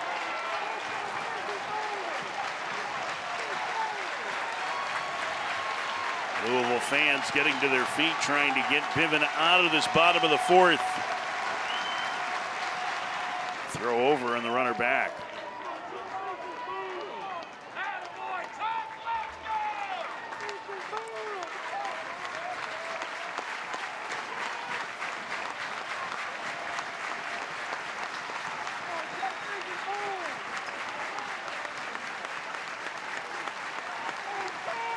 Bivens set, and the 0-2. Torres off the end of the bat, shallow center. It's going to fall for a base hit. Kulikowski chugging to third, and Miami has the tying runs aboard for Jake Ogden in the top of the order.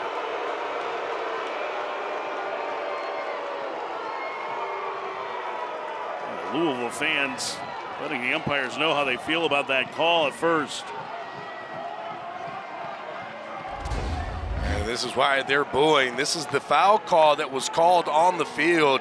It is a backhand. Hard to see where that ball is. If that ball is in foul territory when he is catching it, the umpire is going to be able to call that foul. But what does that lead to? It leads to Torres hitting the ball off the end of the bat, flaring it into short center field, and all of a sudden Miami has guys on the corners with 2 outs, and again, going to the top of that lineup.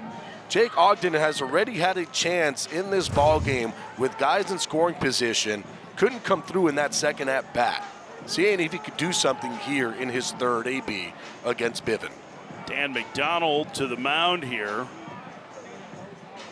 The head coach generally makes the pitching changes. Usually it's Roger Williams. I wonder if this is, let's see if he makes the pitching change. If not, I wonder if it's just to settle everybody down here a little bit. I think it's more settling everybody down, kind of explaining the situation and letting them know, hey, listen, 1 pitch away from getting out of this inning and keeping this game 4-2.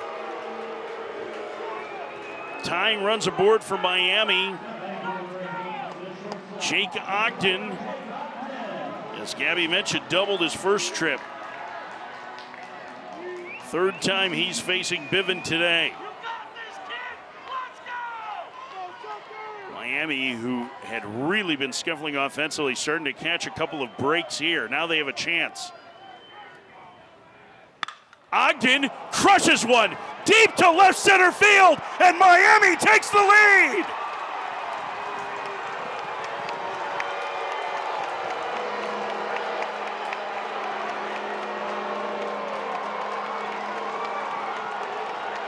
The Miami players have a saying that that's Ogden baseball. That's Ogden baseball right there as they get their lead back here in the 4th.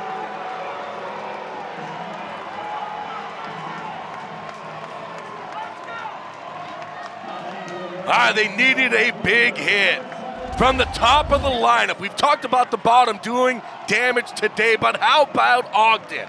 Getting a fastball middle in, turning on it, hitting this ball out, and all of a sudden Miami with new life takes a 5-4 lead in the bottom of the 4th. Wyatt Danielewicz beginning to get loose in the Louisville pen. This crowd is stunned by the turn of events from the pickoff of Neighbors to end the inning, the top of the frame, to now this, a 4 spot for Miami as they reclaim the lead.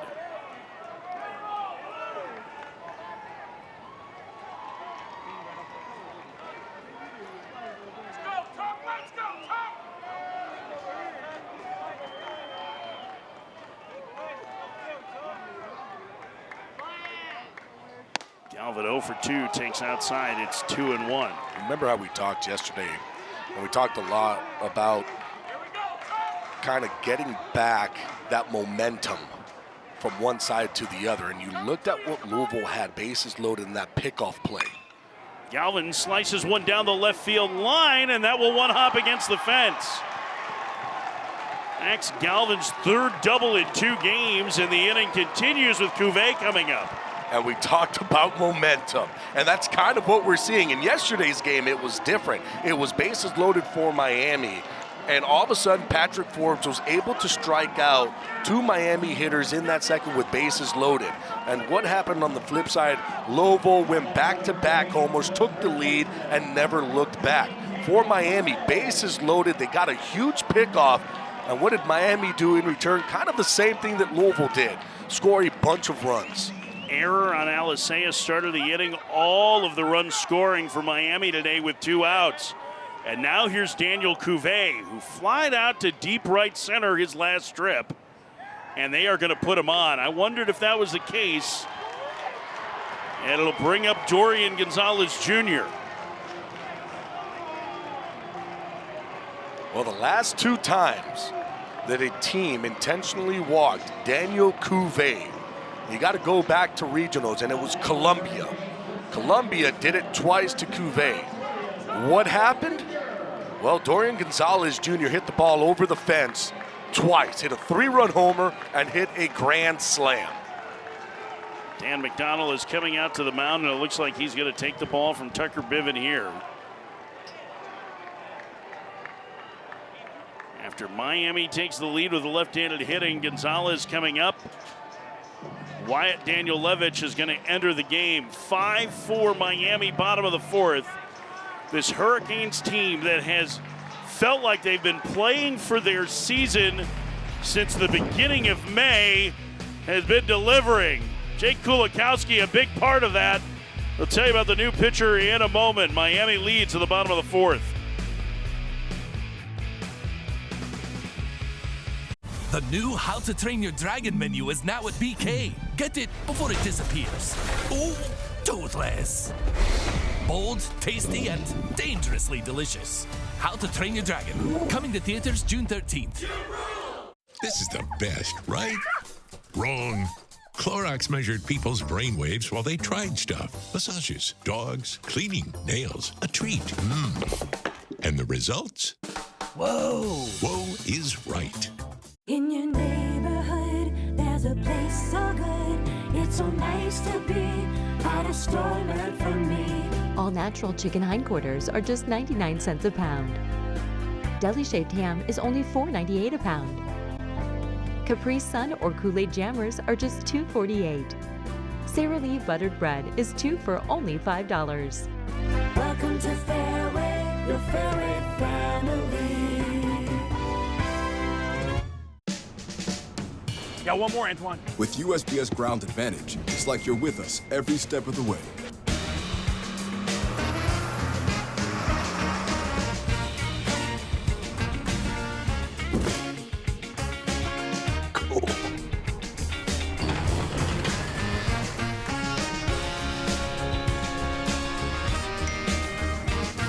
Right on time. Stay in the know from your dock to their door. Tucker Biven had 2 outs and a man on in this inning. 4 runs have scored, only 1 of them earned. That was back in the second. All of these unearned runs after the Alisea error that started the inning. And Louisville now trails 5-4. The new pitcher is Wyatt Danielewicz. He has been one of the most trusted relievers for Louisville this season. Danielewicz has been absolutely outstanding for Louisville. Not a lot of batting average against him. He's only given up a 160 batting average, and that's total to lefty and righties. Dorian Gonzalez Jr. hits against the lefty after Cuvée was intentionally walked. It's a fastball slider. Does have a curveball as well with a changeup. More of a split finger with that change. First pitch fouled off to the left and out of play. That was a pretty healthy hack from the senior.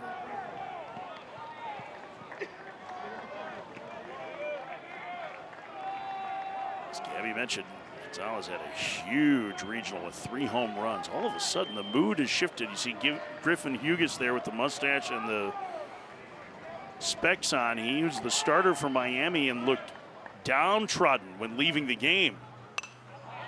0-2. I feel like, too, that's what this kind of Miami team, and we were speaking with J.D. Arteaga, and the way that this team plays, that they really have become a family, trying to pick each other up. 0-2 the count. This Louisville crowd trying to get back into it. Swing and a foul just off the end of the bat. Oh, his breaking ball moved a lot. I don't know how Gonzalez got a piece of it. And Danielewicz, especially lefty-lefty. Boy, that's a tough pitch to try to stay on and drive it, but you have to think, if you're a hitter, to really work the other way. Now, he does have enough on that fastball when he comes in that it could jam a lefty, but you almost have to sell out and look out over the plate. The 0-2 on one hop to Neighbors. He will throw to first, and the inning is over, but the damage done Miami scores 4 times, 3 on the Jake Ogden homer. They have the lead, trying to keep their season alive as we head to the 5th. Fire it up. The all-new Dragon Flame Grilled Whopper is here at BK. Bold, juicy, flame grilled, and ready for adventure. Experience a new kind of flame at Burger King. How to Train Your Dragon, coming to theaters June 13th. Mmm, savory, juicy, and hold up. It's got Hidden Valley Ranch seasoning? Nice. Crispy, zesty, ranchy perfection. Hidden Valley Ranch, only serious about flavor.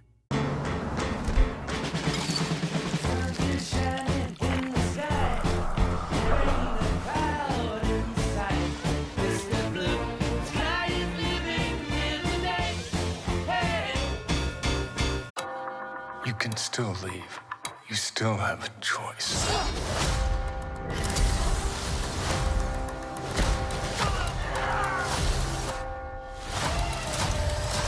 Cool. Ballerina, rated R. With USPS Ground Advantage, it's like you're with us every step of the way.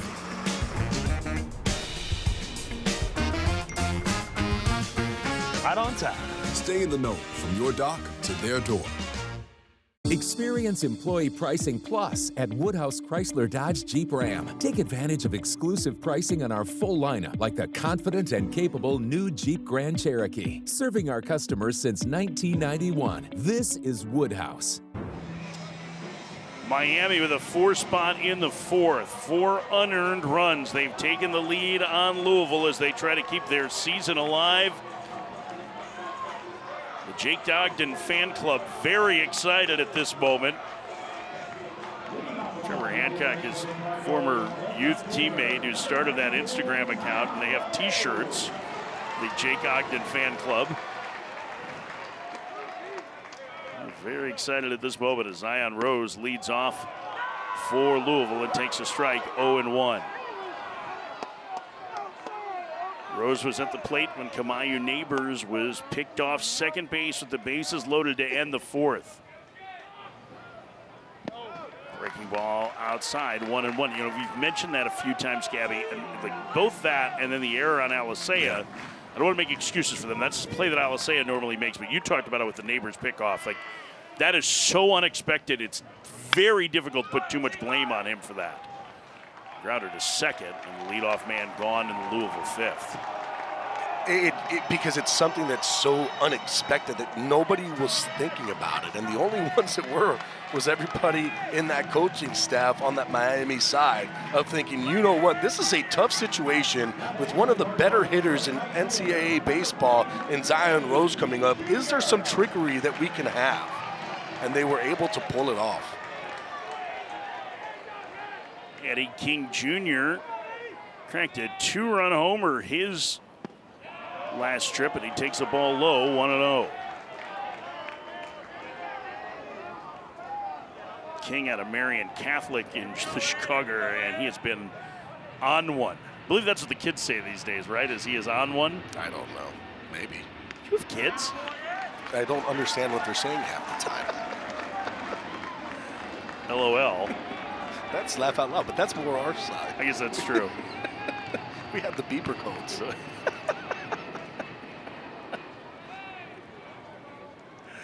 2-0. A strike, it's 2-1.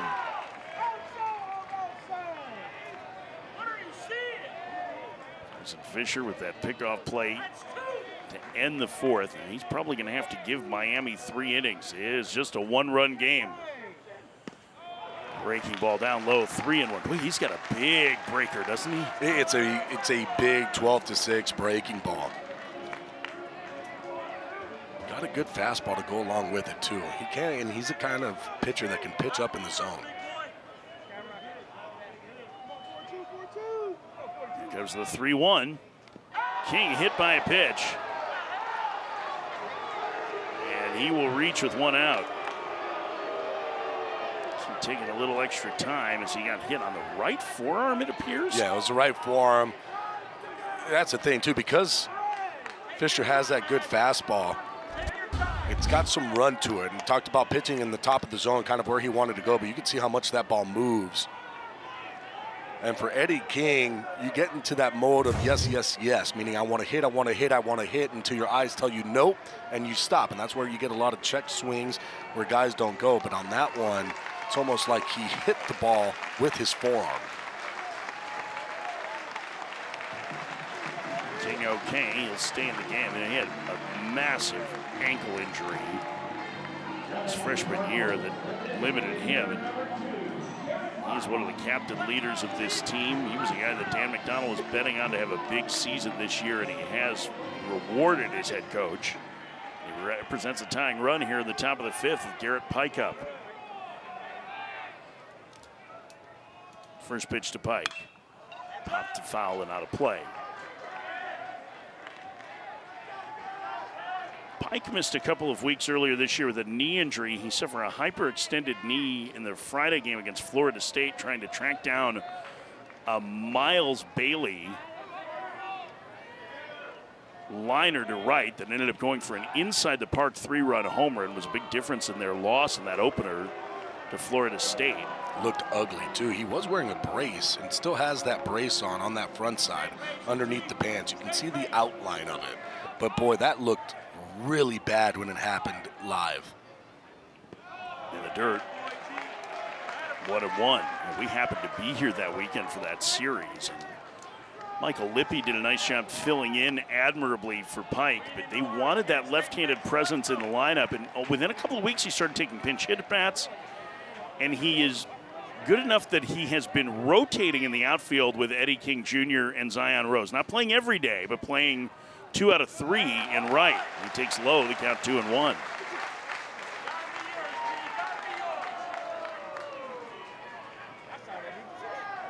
Five for Miami, top of the fifth. Miami trying to keep their season alive. Louisville looking to punch a ticket to Omaha. 3-1 to Pike. And the sizzling hot Jake Monroe, who's homered 3 times in the first 2 games of Supers, is on deck. Still got to be careful with Pike, too, because he showed yesterday that he has opposite field power. Runner bluffs going. He takes ball 4. And here comes Monroe.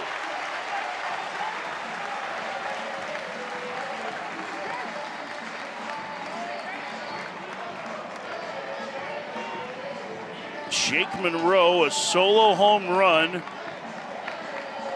in the 4th on a ball that he back spun out of here. As Laz Gutierrez is going to take a long, slow walk out to the mound to talk to Fisher. Just trying to get Fisher right back into the zone. Had that fastball that ran away from him, hit Eddie King Jr., and then there to Pike. Just kind of inconsistent in that zone. Brian Walters is getting up in the Miami pen, their closer. Now, Walters opened the season in the rotation, and one of the big moments was him going to the end of games and A.J. Siskar becoming a starter. Siskar suffered the loss yesterday. This is just light tossing, but Walters, the younger brother of Cleveland reliever Andrew Walters, who was a 2-time All-American at Miami, is starting to toss if they need him. Big spot here with Monroe up. Seems like we've had 20 big spots already in this game. Monroe bounces it foul. It's 0-1. And I think that's what Laz Gutierrez went up to talk to Fisher about, and it was just about getting on top of that baseball and working down in the zone. Because when he works down, that sinker really dives down and gets a lot of ground balls. When he's up, it goes more side to side. The 0-1 outside. So up in the zone, kind of moves side to side, basically into a righty's barrel. And that's when it can get hit hard. Louisville really took the sinker baller Siskar and stayed inside the ball very well yesterday. You talked a lot about that their approach was more to the middle of the field. Monroe can't hold up. It's 1-2.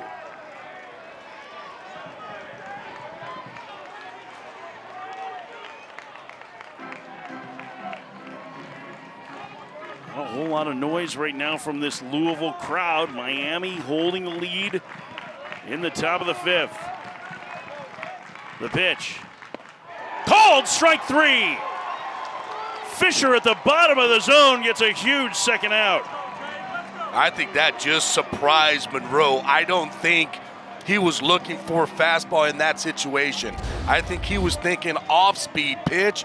This fastball working down in the zone. Great sink. Surprises Jake Monroe for the strikeout looking. Fisher not out of the woods yet, though, as he has to face Tate Davis, the home run leader on this Louisville team, the freshman first baseman. Tying run in scoring position. 18 home runs this year for Davis. First pitch, swing and a miss. 0-1. Late movement there, kept it off the barrel. It was, and of course, too, why? Because he's down in the zone with that pitch. So it has that run, but it also has that sink. But you see where Miami is playing. Dorian Gonzalez is playing in that turf in the outfield because that's kind of where Davis likes to hit the ball. 0-2. When he hits it on that ground, it's going to be somewhere in that 4-hole area.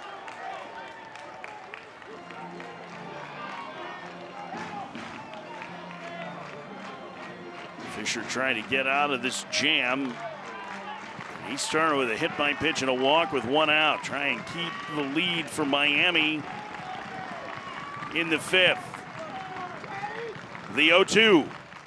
Outside, 1-2.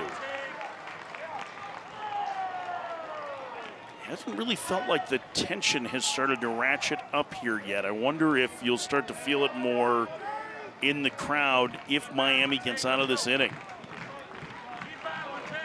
You're Davis right here. You really have to work about staying inside the baseball and driving it the opposite way. Swing and a miss. Fisher gets out of the jam with a pair of punch-outs, and Miami holds the lead. Halfway through this one, Miami 5, Louisville 4. Miami trying to keep their season alive. Fire it up. The all-new Dragon Flame Grilled Whopper is here at BK. Bold, juicy, flame grilled, and ready for adventure. Experience a new kind of flame at Burger King. How to Train Your Dragon, coming to theaters June 13th. Clorox Sentiva cleans like Clorox. Smells like grapefruit. Feels like trusted clean, long-lasting freshness. Clorox Sentiva. In your neighborhood, there's a place so good. It's so nice to be at a store meant for me. 80% lean ground beef is just $4.88 a pound. Athena melons are only 99 cents a pound. Lay's kettle cooked chips or rolled gold pretzels are just $2.88. Tyson chicken is only $6.98. Welcome to Fairway, your Fairway family. Discover the epitome of luxury at Infinity of Omaha. The 2025 Infinity QX80 is where power meets sophistication with a commanding presence, luxurious interior, and cutting-edge features. Visit us online at infinityofomaha.com today. With USPS Ground Advantage, it's like you're with us every step of the way.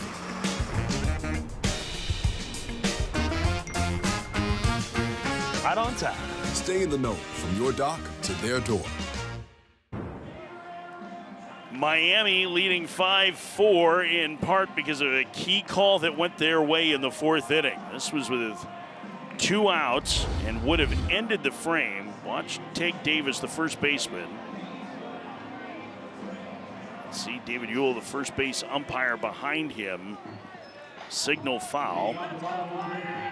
Here is a zoomed in look. Is it fair or foul? Now remember, the hammer is to the foul side.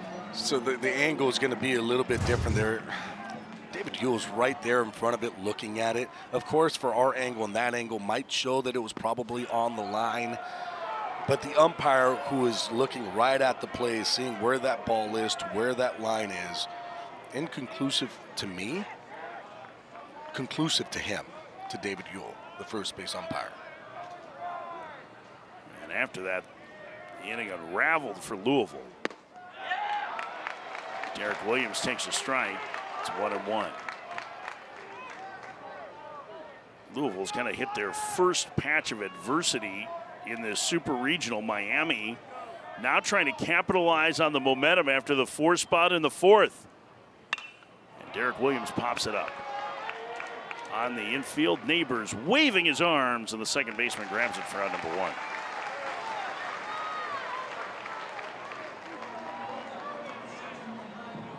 Renzo Gonzalez, a sacrifice bunt in the 4th inning. Dan McDonald talked about the adversity that his team faced even in regionals. They did not play exceptionally clean. They did not walk as many guys as they have over the course of the season. But they were still able to win games, and they viewed that as a positive. You were on the Miami regional, and it seemed like the Canes played very good baseball defensively. They did. And that's one of the things, too, especially with the guys who they have on the mound, who kind of throw a bunch of ground balls. The defense played exceptionally well, making all the plays, especially up the middle with Dorian Gonzalez and Jake Ogden. We talked earlier, Renzo Gonzalez is an outstanding defensive first baseman. Michael Torres, the young center fielder, very good. Fabio Peralta not getting a start today, but excellent defensive first baseman or center fielder as well, who plays right for them. And kind of when you win around the whole entire infield, Cuvée had himself a very good defensive regional. Made a ton of nice plays over there at third, the hawk corner. 3-1.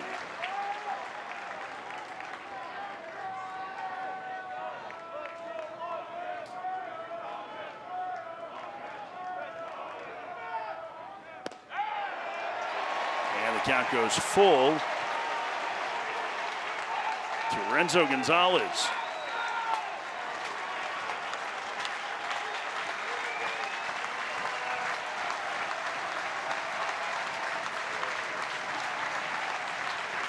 Three-two, fouled away.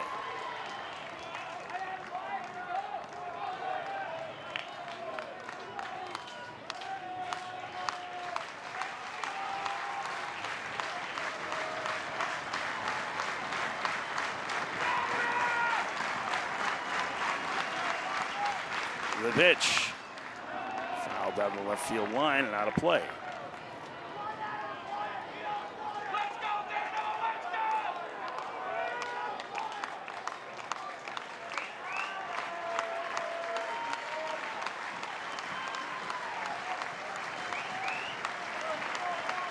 Eighth pitch of the at-bat upcoming for Gonzalez. Down low, ball 4. A very good at-bat for Gonzalez as he reaches with 1 out. Something that we have seen out of Miami today. They've been having a lot of consistent ABs where they're taking the tough pitches. They're fouling off close ones. They're leaving pitches that are down in the zone, getting their walks, getting guys on base. It's a very close pitch. I believe Van Ramphorst has been very fairly consistent at the bottom of the strike zone, yeah. Tanner Smith bats. Van Ramphorst, an experienced umpire, was the Pac-12 for years. Has a lot of Omaha games under his belt. He's been staying inside the strike zone. Pitches that seem to be a little bit off, he hasn't been calling it. You got to get it into the strike zone.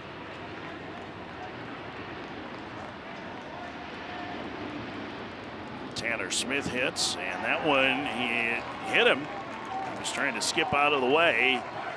And 2 on with 1 out for Miami, leading by a run here in the 5th. The NCAA Super Regionals coverage continues this weekend across ESPN, ESPN2, ESPNU, and ESPN+. For more information, visit ncaa.com, the home for all 90 NCAA championships. Jay Kulikowski will bat. Basically every hour, another Super Regional getting underway.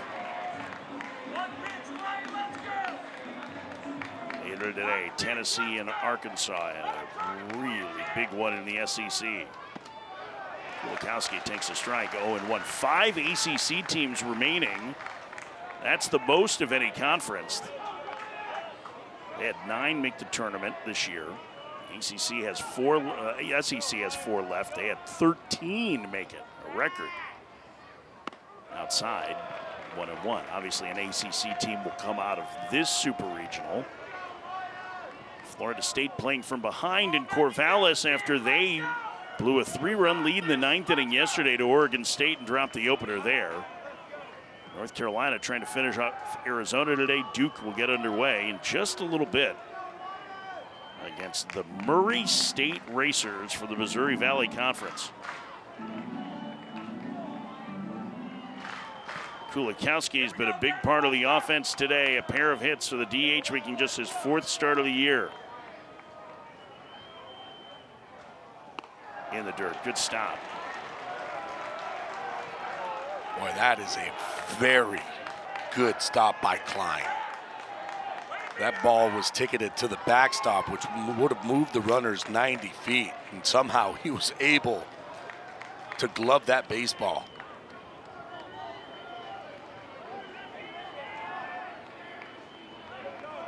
Here's the 2-1. 3-1.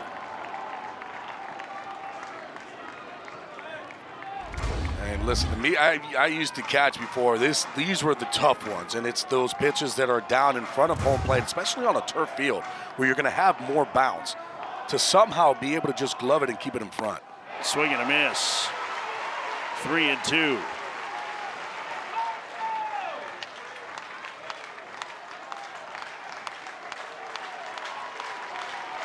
Miami by a run, batting in the bottom of the 5th inning. Looking to extend the lead instead of toss to second. Now in this spot, with the left-hander up, there's no way they're going to start the runners here. No, right? I wouldn't think so, especially with Torres, up. Worst case scenario, you get back to the top of the lineup. Called strike 3. A perfect pitch from Daniel Levitch for out number 2.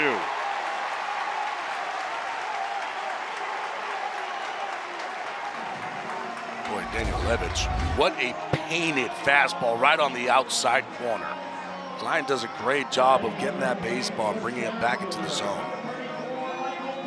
2 outs for Michael Torres.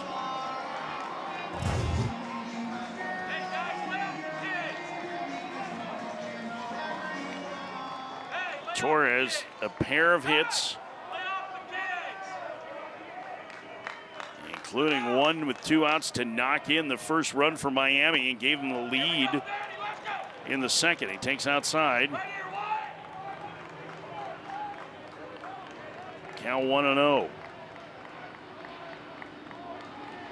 Jack Brown, Ty Stark starting to get loose in the Louisville pen. Foul back. 1-1. I have to think that there's a good chance that the freshman Brown, the righty there, is getting ready for Jake Ogden, right? Or Daniel Cuvée, maybe? I mean, I probably for both, if it gets to that point. He could go right, left, right, with Stark going against the lefty and getting another righty up. Beyond that, but you start playing matchups in the pen here. Slap foul, 1-2.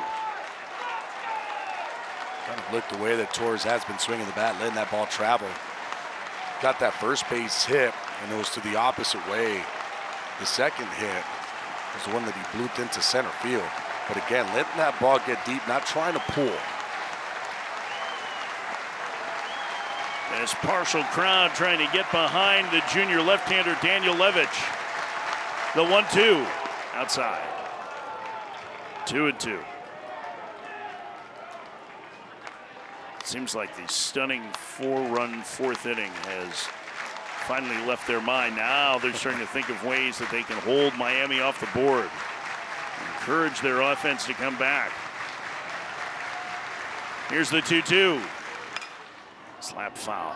Boy, his at-bats really have been good. They've gotten better and better over the course of this year, haven't they? It's just the way that he's approaching his at-bats right now. And understanding, too, against a lefty, you're going to have more success if you're trying to let that ball travel and use the opposite field, especially a guy like Daniel Levitch, who has the good breaking pitches, and he tries to throw off that outside part of the plate to lefties. 2-2. Tapper, right side. Going to be a tough play for Daniel Levitch, who throws him out, and the inning is over.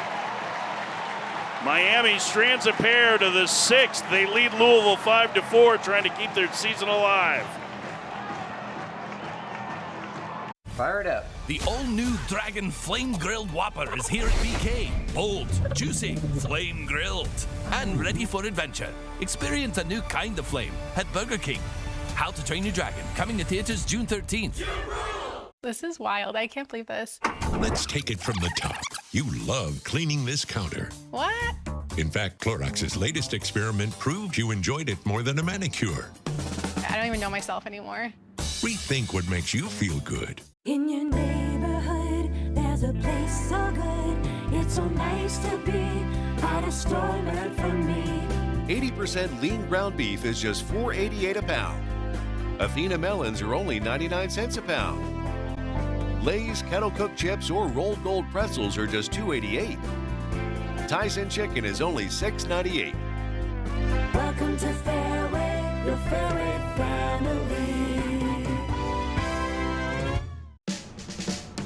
Got one more, Antoine. With USPS Ground Advantage, it's like you're with us every step of the way.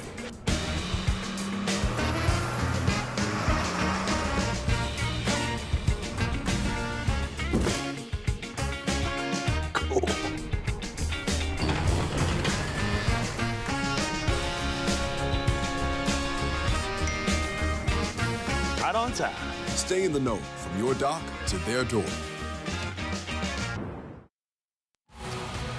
UFC 316 tonight. Prudential Center, Newark, New Jersey. Both bantamweight belts on the line. Prelims at 8 Eastern on ESPN, ESPN Deportes, and ESPN Plus in English and Spanish, with the main card 10 a.m. Eastern on pay-per-view. Buy it at espnplus.com/PPV.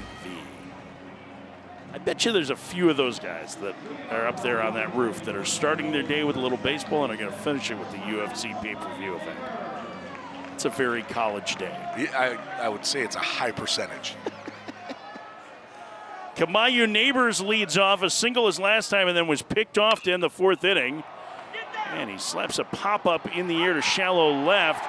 Ogden called off by Galvin, who makes the catch for out number one. That was a last-minute call by Galvin. Ogden doing a good job of getting out of the way.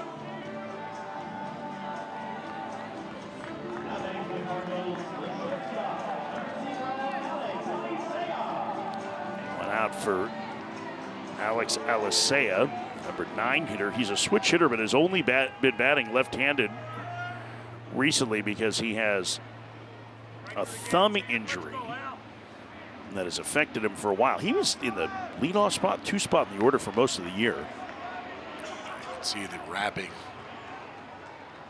on that thumb over the batting glove. A strike. It's 0-1. And I would have to think that if that thumb would be your bottom hand, right-handed, right to left hand, and so there's really difficult to hit. Say it bunts it foul. It's 0-2. They kept him in the 2 spot in the lineup even while he was dealing with that and still trying to switch hit, just because I think Dan McDonald really likes his presence at the top. But this lineup works well with him at the bottom, and he had a couple of big hits for them in the regional, especially in the final against Wright State, a 2-run single to put things out of reach. The Milwaukee native chops to first. Renzo Gonzalez going to have to race to the bag and just did get there for out number 2. And I'm sure there were a couple of moments where everybody held their breath with the left thumb there on the dive from Alisea. I'll tell you this, Alisea can book it down that first base line. He made this a lot closer than I thought it was going to be. And you're right, that left hand with that taped thumb is the one that's coming in to hit the base. Did it smartly, though. Had that hand up as he's going past first base and didn't try to jam it in. 2 outs for Lucas Moore. A strike, it's 0-1. Moore has reached base just once so far in this Super Regional. Of course, he stole a base and scored that one time. Miami's done a very good job with the offense as catalyst for Louisville. It's a big reason why they're still in this Super Regional. Outside, it's 1-1. It was stunning that the Cardinals scored 8 runs yesterday without Moore getting on base.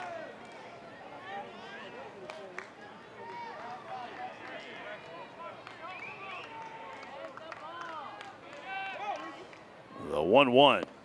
A strike. 1-2.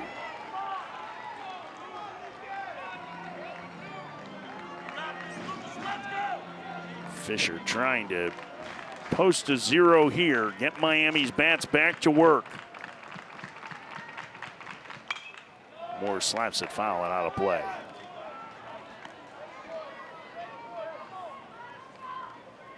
It feels like next inning is going to be a key inning to tack on if you're Miami. They have the top of the order coming up.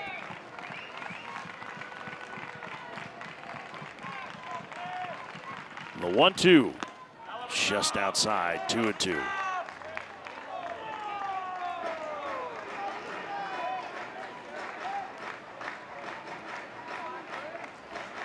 Right where you want it, kid. The pitch. And the count goes full to Moore with 2 outs. Yeah, that's one thing with Moore. He does not expand in the strike zone. You do not see him swing and miss a lot. And you've got to throw that in the box for him to be able to even think about swinging. The 3-2. Moore up the alley, left center field, moving over. Galvin makes the catch at a 1-2-3-6 for Fisher. 5-4 Miami as we go to the bottom of the 6th, the game 2 of Supers.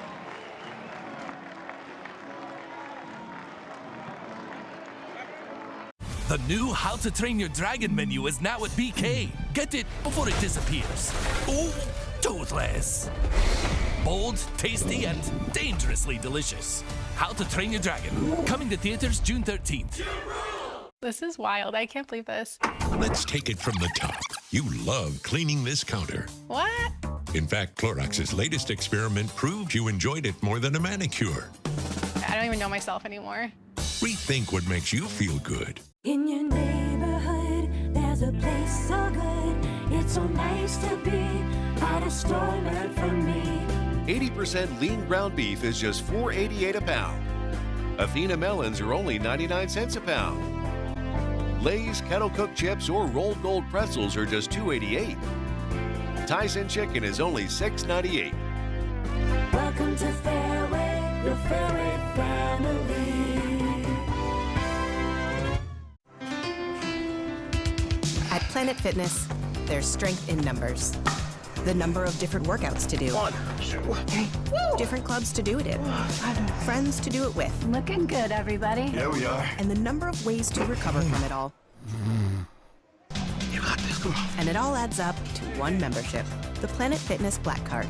Access any location, bring a friend anytime, and recover in the Black Card Spa. One more, everybody. We're all strong on this planet. Planet Fitness.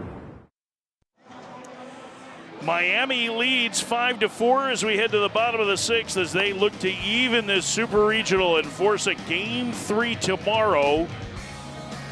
Jake Ogden with the big blow in this one will lead things off. The junior shortstop, a go-ahead 3-run home run, capping a 4-run 4th inning. This is how it looked. All of these runs scoring with 2 outs, all of them unearned. Gets a pitch over the heart of the plate. Jake Ogden hitting a huge 3-run homer for Miami. We've talked about that top of the lineup not being able to come up with the big hit. Well, he did in that at-bat. Ogden will face a new pitcher. This is Jack Brown, a freshman from Indiana. He's a two-way player. You can see control has been a little bit of an issue for him. And the question is he going to face the top of this order, or are they going to go batter to batter here with Ogden, the lefty Galvin, and then Daniel Cuvée? Because I do not think anybody wants a lefty to face Daniel Cuvée on that Louisville side. Yeah, no, I think that he's probably up there to face both Ogden and Cuvée. It's a fastball, slider, curveball, changeup mix. Fastball 90 to 92, but you're right. The problem has been throwing strikes. Lands a breaking ball for a strike. 0-1 to Ogden. Ogden 2 for 3. He doubled off the starter Bivin to start the bottom of the 1st and was stranded. But the biggest hit of this Super Regional so far for Miami. 1-1.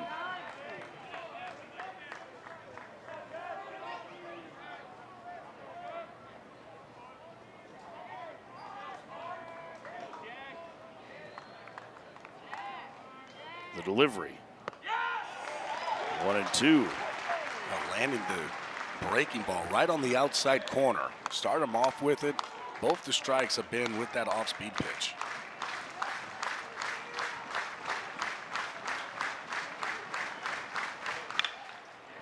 Base hit into left field. Ogden with 3 hits today, and the leadoff man aboard for Miami in the 6th. A big day for Ogden, especially after yesterday's ball game going 0 for 5. 3 hits today, a double in the first, a homer in the 4th, and here a base hit in the 6th. Is there any doubt that Jake Ogden was going to show up with the season on the line? I mean, this guy is just a baller. He is just a baseball player. Max Galvin has 3 doubles and 4 hits in the Super Regional. He's been the hottest hitter. Ogden is a threat to run. Throw over and he's back. 13 of 13 in stolen base attempts for Ogden.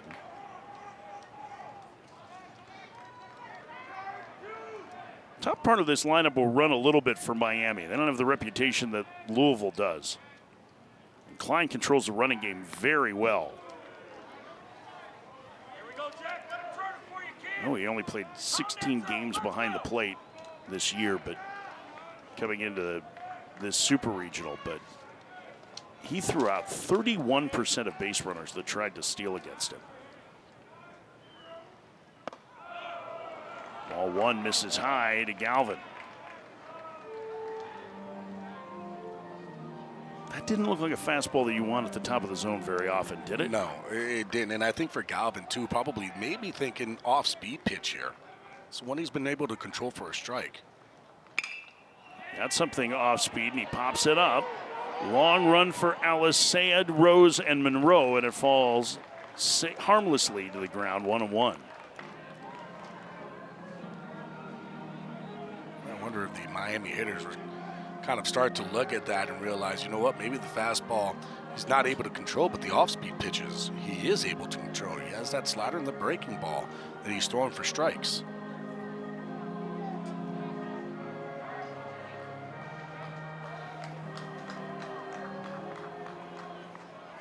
Brown, the talented freshman, sat against Galvin.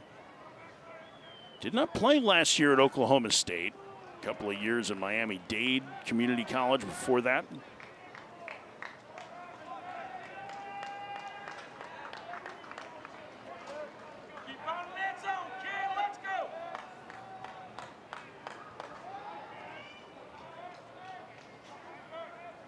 The 1-1. That one in the alley to left center. Moving over is Zion Rose to make the catch. Out number 1, Ogden to second, and here's Cuvée. The good news for Miami here is that there is not an open base right in front of Daniel Cuvée. Gabby, 2 plate appearances ago, he flew out to deep right center, and that's what you've been saying through the first 2 games of the Super Regional, right? He needs to get back middle of the off-field. Especially seeing him in regional play. First game, he drives the ball out of the ballpark to right center field, and then after that, kind of got a little bit pull happy. He carried it over into Supers, and now you're starting to see him get back to that right center zone. Takes down low, 1-0. He is a very dangerous hitter. One of the great freshman seasons in Miami history a year ago. Got red hot midway through this year and helped to carry them. Fort Lauderdale native waits. 2-0. For him, it's about being patient at the plate and understanding what pitchers are trying to do to him. Kind of early on in the season, he was struggling with that, where all of a sudden he started to just be swing heavy, and he just started to swing at everything, and then got a little bit more patient, and that's when he got red hot. The 2-0, bounced foul. Power has always been Cuvé's calling card going back to high school. He is the son of a former professional highlight player. I was asking him a little bit about that. I said, did you play much with your dad? He's like, no. But he would bring out, what do they call it, the caste, the wicker for it, and he would throw them ground balls and pop-ups with it in the backyard, him and his brother. Probably launched those things in the air with that thing. Inside, and they count 3-1. I said, how hard did he whip it at you? He's like, he can control it pretty well. So just imagine, those things come out hot. You can get over 100 miles an hour with that wicker basket. 3-1 the count. The pitch. Chopped to third. Monroe to second for one. On to first. That's a double play. What a turn by Neighbors to get Louisville out of the inning.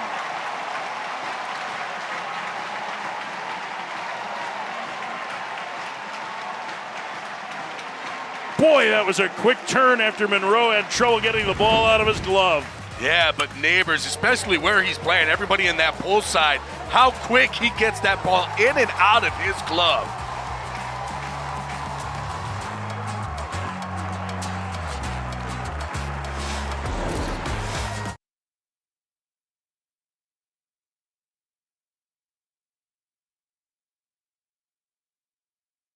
The new How to Train Your Dragon menu is now at BK. Get it before it disappears. Ooh, toothless. Bold, tasty, and dangerously delicious. How to Train Your Dragon. Coming to theaters June 13th. Clorox Sentiva cleans like Clorox. Smells like lavender. Feels like trusted clean, long-lasting freshness. Clorox Sentiva.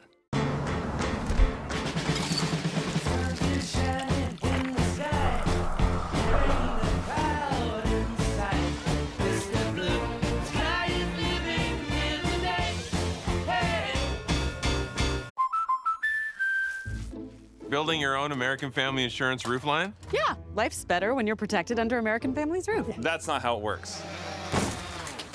See, that's how it works. Save up to 23% by bundling your home and auto with us. For 25 years, Greg Young Automotive Group has been your trusted hometown dealer.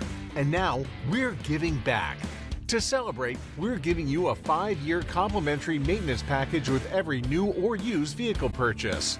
With a massive inventory, top dollar for your trade-in, and a commitment to exceptional customer service, it's no wonder why people keep coming back.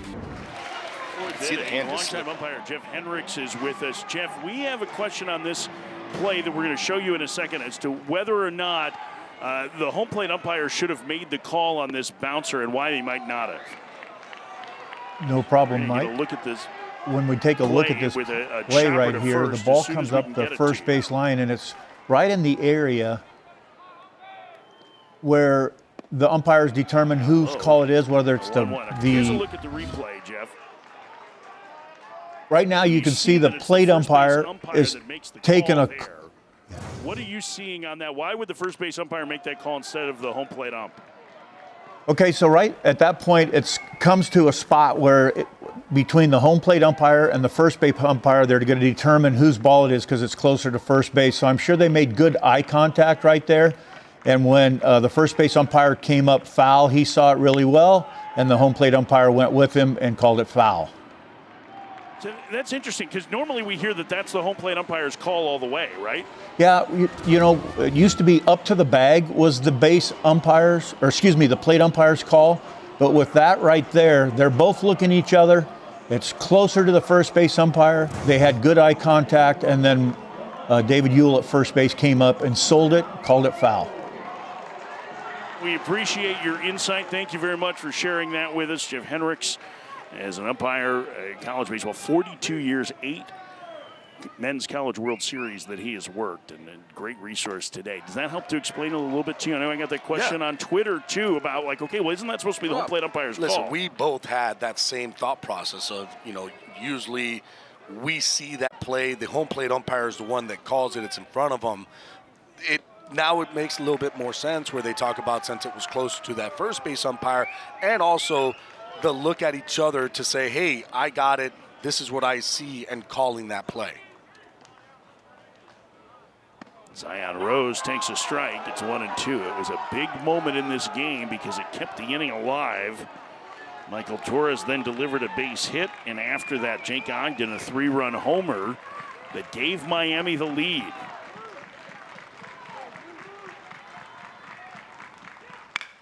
Roller to third. Cuvée has it. Throws to first. Rose retired. And Fisher set down the first 2 here in the Louisville 7th.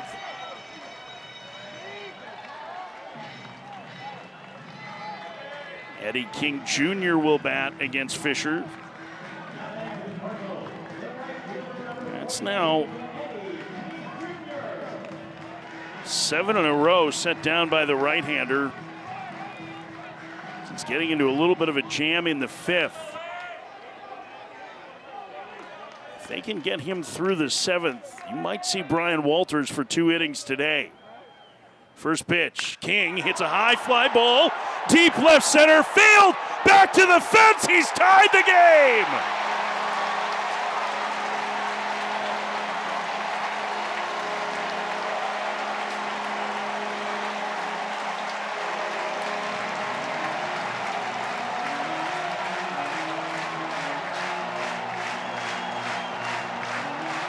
The senior captain delivers his second long ball of today, and we're even at 5.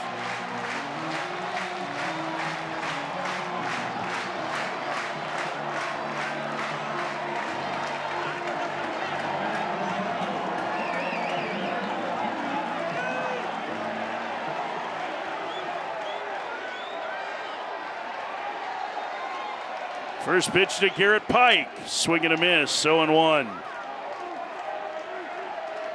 Eddie King Jr. with the curtain call after his second blast.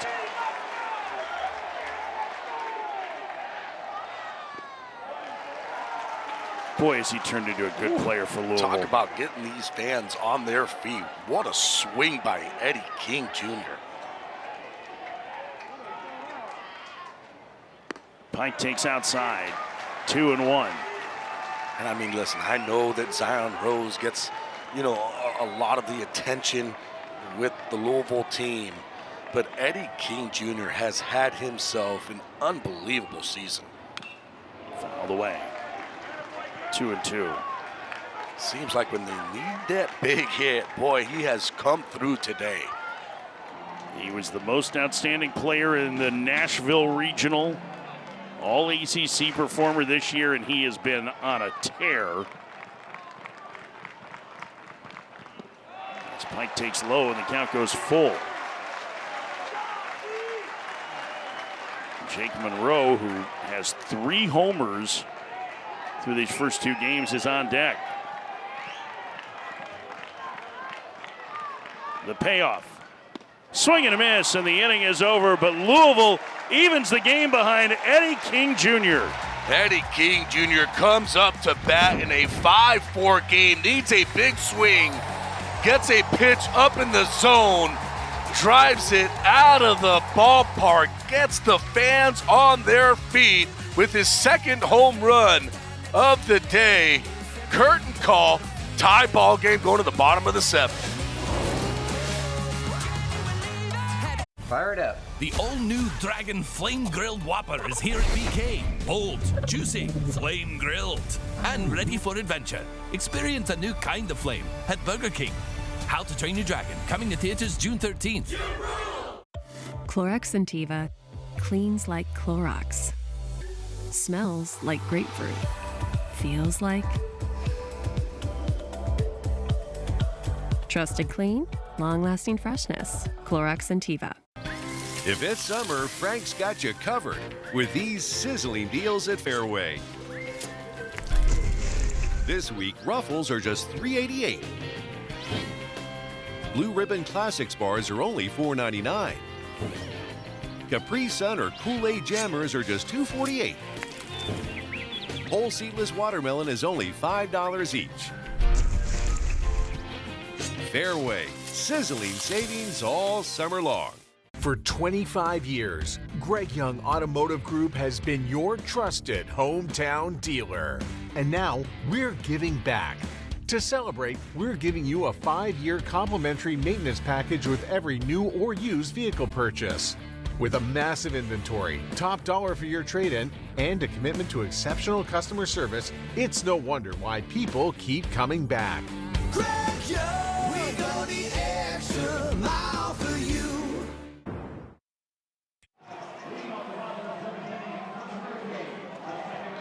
Louisville has tied the game at the top of the 7th on the solo home run from Eddie King Jr., his second home run of the game. Louisville trying to punch their first ticket to Omaha since 2019. Miami trying to keep their season alive. The hopes of their 26th Men's College World Series appearance in school history. Senior from Chicago has made this a brand new ball game as Dorian Gonzalez Jr. bats. Fouls it away, 0-1.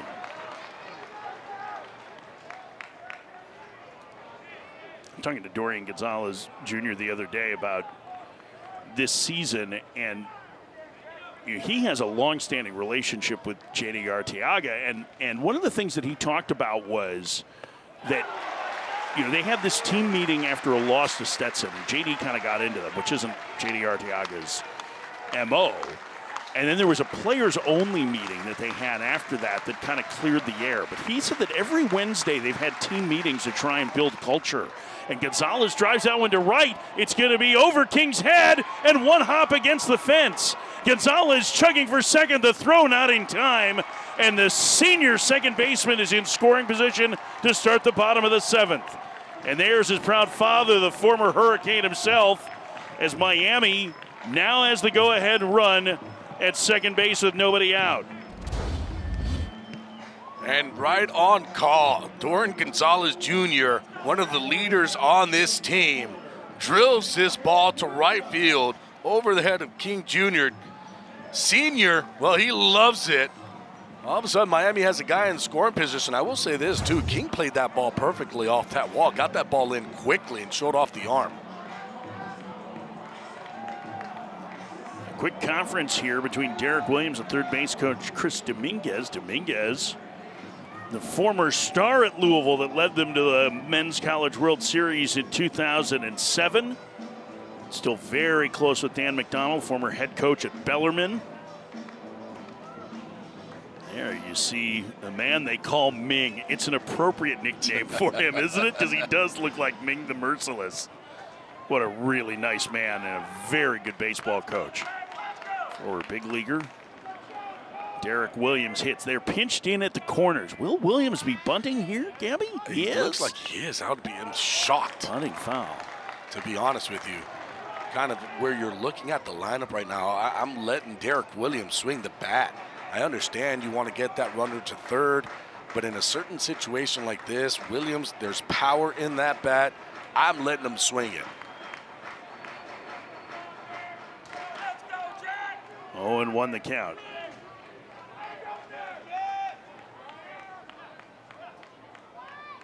Boy, Davis charging way in, and the bunt goes to third. Nicely done by Williams as Monroe will throw him out. I mean, Davis was breathing down his neck on that play. He almost could have shook hands with him. And the only place you could go was the third with it. Yeah, I mean, they're in that situation anyways, man on second. You want to bunt that ball to third base. You're not looking at that first baseman. So you're trying to get it over to third base. You want Monroe to come in and field that ball. But again, it's just a situation that it's there. I'm surprised that they had Derek Williams bunting. But now all of a sudden, Renzo Gonzalez has a chance here with a guy on third and less than 2 outs to get that run in. And it looks like Dan McDonald is going to come out and visit and maybe make a pitching change here. Louisville was getting ready to play the infield all the way in. It is the 7th inning. And it looks like the lefty Stark is going to enter the game. Stark coming in. We'll tell you about the situation here in a moment. Louisville, Miami tied at 5 in the 7th.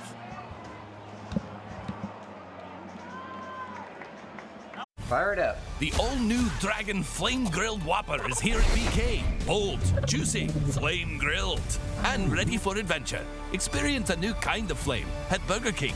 How to Train Your Dragon, coming to theaters June 13th. This is wild. I can't believe this.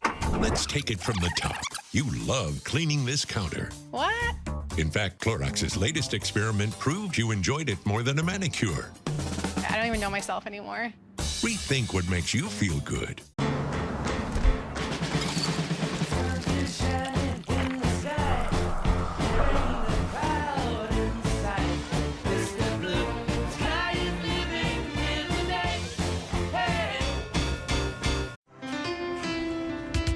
At Planet Fitness, there's strength in numbers. The number of different workouts to do. 1, 2, 3. Different clubs to do it in. Friends to do it with. Looking good, everybody. Yeah, we are. And the number of ways to recover from it all. You got this. Come on. And it all adds up to one membership, the Planet Fitness Black Card. Access any location, bring a friend anytime, and recover in the Black Card Spa. One more, everybody. We're all strong on this planet. Planet Fitness. For 25 years, Greg Young Automotive Group has been your trusted hometown dealer. And now we're giving back. To celebrate, we're giving you a 5-year complimentary maintenance package with every new or used vehicle purchase. With a massive The NCAA Super Regionals coverage continues this weekend across ESPN, ESPN2, ESPNU, and ESPN Plus. For more information, visit ncaa.com, the home for all 90 NCAA championships. We have a whale of a game for you here today in Louisville, Kentucky. Jim Patterson Stadium, where Miami and Louisville are tied at 5 in the bottom of the 7th. Louisville with a win goes to Omaha. Miami can keep their season alive and force a game 3 with a victory. And immediately following us, we take you to Baton Rouge.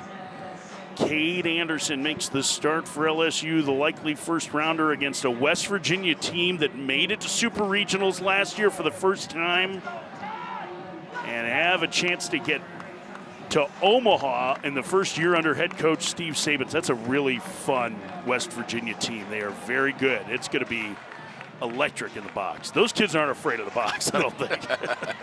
They're not, but I'll tell you what, if you're a lefty and Ty Stark's on the mound, this is going to be a tough AB because of where Stark throws it. He's not an overpowering guy, but he is 6'6", and it's a drop-down sidearm release. It's 82 to 86 on that fastball, and it's a ton of sliders, 73 to 78. Infield all the way in with the go-ahead run at third, one out in the bottom of the 7th. And Gonzalez punches it through into left field, a base hit, and Miami reclaims the lead. Renzo Gonzalez, not known for his stick, delivers the biggest hit of his Miami career. I mean, not an easy at-bat, lefty, because of the angle where this is coming. It's a fastball, and Renzo Gonzalez just stays on it, doesn't try to pull it, goes opposite way, gets the base hit, and Miami answers in the bottom of the 7th and tacks on a run. Tanner Smith, the hitter. First pitch, he bunts up along first and foul. And the Bluebirds out on a foul ball up the first base side because obviously, as we talked about earlier in this inning, in the top half of the frame, a key call went against Louisville that helped lead to the 4-run inning for Miami on a fair foul call up the first base line. Tanner Smith to right, and it'll chase King back a couple steps to make the catch for out number 2.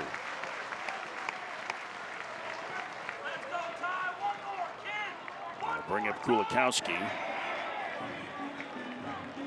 Eddie King Jr. had tied the game in the top of the inning with a solo homer. Kulikowski inserted into the DH role today. Just his 4th start of the year, has a pair of hits. And it looks like he is going to be called back. That's a tough lefty-lefty matchup, and I feel they're gonna bring in the righty. Yeah, this is Evan Taveras, the freshman catcher. Power in this bat. Oh, he is some serious juice. Finished the game behind the plate yesterday, but listen, that is a limited amount of plate appearances that he has 3 home runs. And watching him take batting practice, I was at the Light earlier this year for the NC State series. Holy smokes, can this kid hit some tanks. We're first, the runner back. Yeah, Taveras is a guy that I know JD Arteaga, talking with him, is hoping to take huge strides next year and be that starting catcher for Miami. They have the core of a really good lineup with Torres, who's had a good day today, Fabio Peralta, and Taveras. First pitch is a strike. It's 0-1. But I'm going to go on a limb and say that he's not coming up here to try and fillet one the other way and keep the line moving for Torres. He's looking to see if he can send something out of this ballpark. He's behind 0-2. Stark lands a couple of breaking balls. He's got a couple of pitches there that could have been able to handle on that fastball. It's tough, though, with that way that Stark throws and how much that ball is moving in towards a righty. Here comes the 0-2 instead of throw to first. Louisville fans have been into it on every 2-strike count today, trying to help their team get back to Omaha for the first time in 6 years.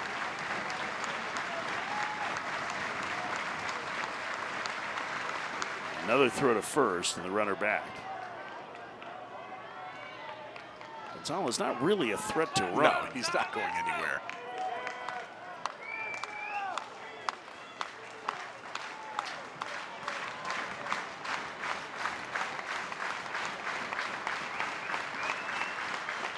Stark to the belt, and the 0-2.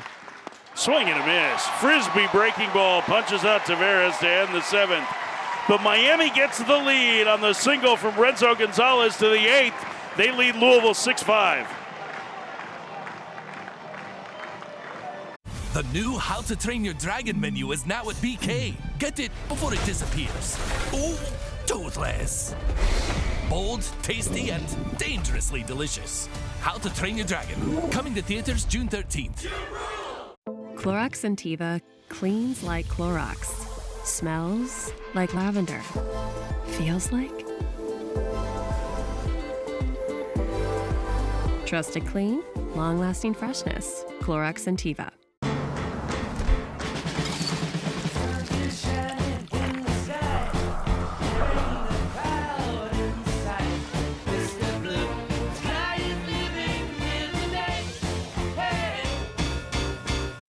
At Planet Fitness, there's a number of ways to get strong, and they all add up to one membership, the Planet Fitness Black Card. Access any location, bring a friend anytime, and recover in the Black Card Spa. One more, everybody. We're all strong on this planet, Planet Fitness. For 25 years, Greg Young Automotive Group has been your trusted hometown dealer. And now we're giving back. To celebrate, we're giving you a 5-year complimentary maintenance package with every new or used vehicle purchase. With a massive inventory, top dollar for your trade-in, and a commitment to exceptional customer service, it's no wonder why people keep coming back. Greg Young, we go the extra mile for you. Can you believe it? I'ma let you know right now.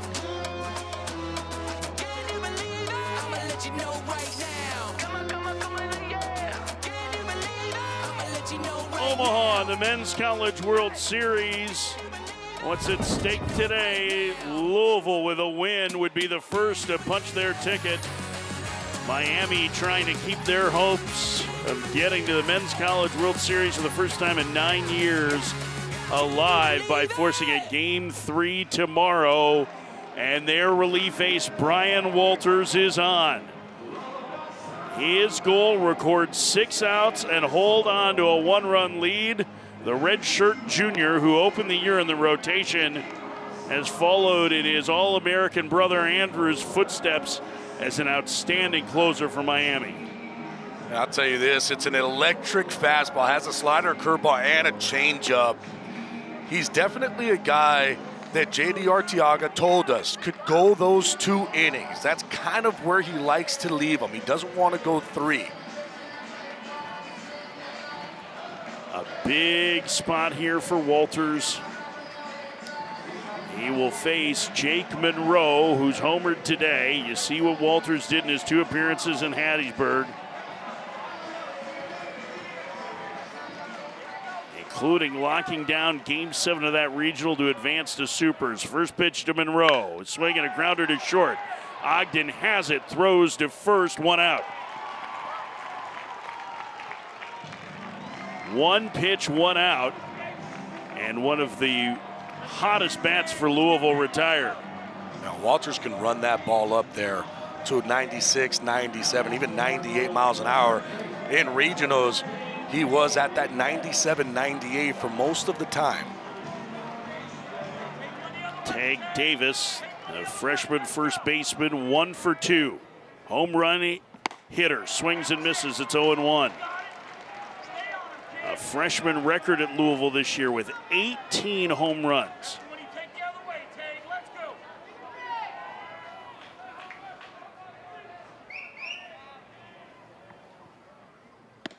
Takes inside. 1-1 to Davis.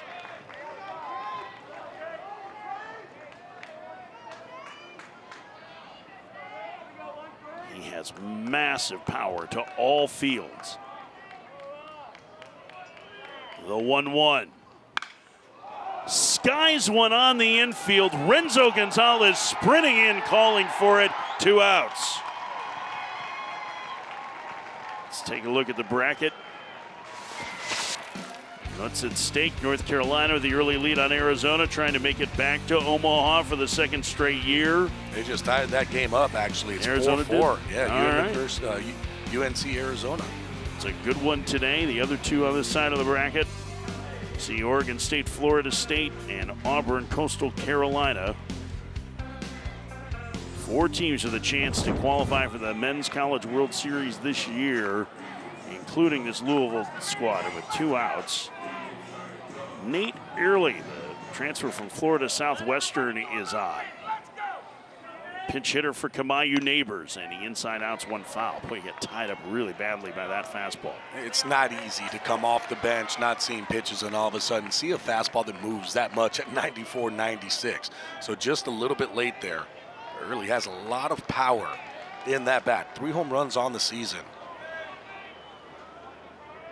Cincinnati native swings and fouls it away. He's hitting for Kamayu Neighbors, who was maybe the biggest moment of this game in the 4th inning. Louisville had the bases loaded with 2 outs.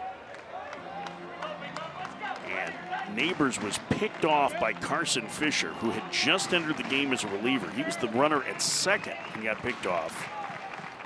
Miami scored 4 in the bottom of the inning to take the lead. They now lead 6-5. Early takes outside. 1-2.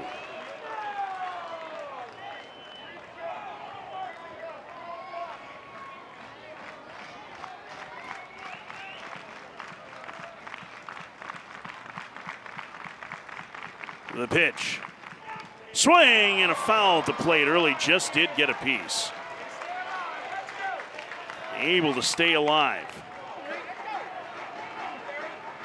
He's starting to get a little bit more on time on that fastball. Last couple of swings, starting to get that bad head out.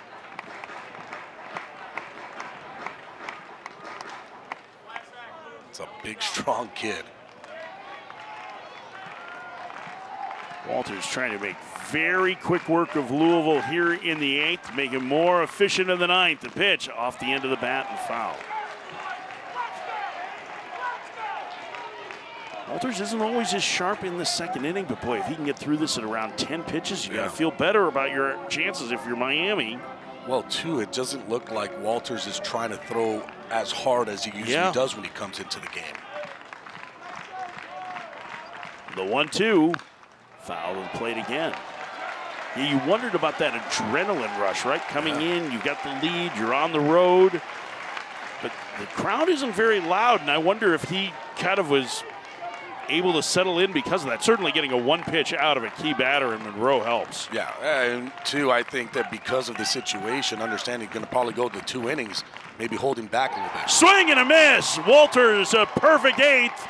And Miami 3 outs away from extending their season and forcing Game 3. Fire it up. The all-new Dragon Flame Grilled Whopper is here at BK. Bold, juicy, flame grilled, and ready for adventure. Experience a new kind of flame at Burger King. How to Train Your Dragon, coming to theaters June 13th. Clorox Sentiva cleans like Clorox. Smells like lavender. Feels like? Trusted clean, long-lasting freshness. Clorox Sentiva. Hello, hello, hello. Hello, hello, hello, hello. Hello. Maybe drive up that's ready when you are. Just tap Target. Got one more, Antoine. With USPS Ground Advantage, it's like you're with us every step of the way.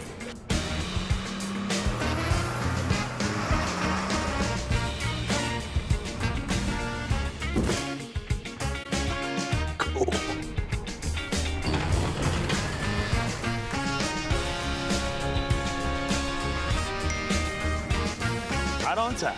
Stay in the know from your dock to their door. Discover confidence, comfort, and class in your new vehicle from Woodhouse Buick. View our inventory and offers in-store or online at WoodhouseBuickGMC.com. Woodhouse Buick GMC. We are professional grade.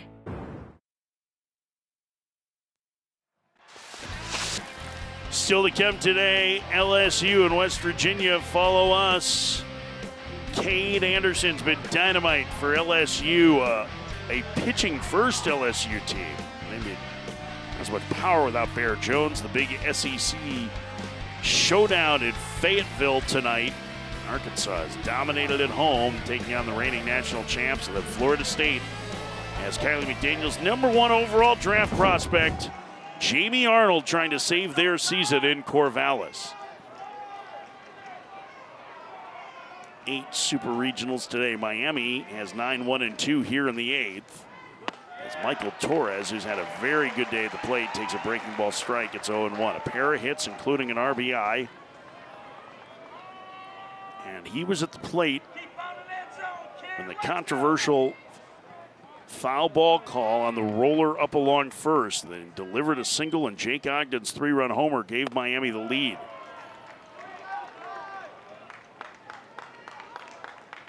New second baseman is Byram Hott. Takes over for Neighbors.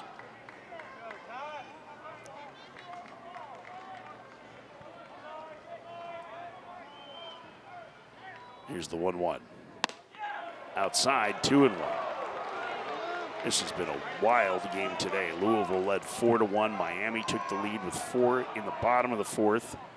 The teams traded runs in the 7th. Miami now 3 outs away from keeping this. It feels weird to call Miami a Cinderella, but it is a little bit of a Cinderella run for them as a 3 seed.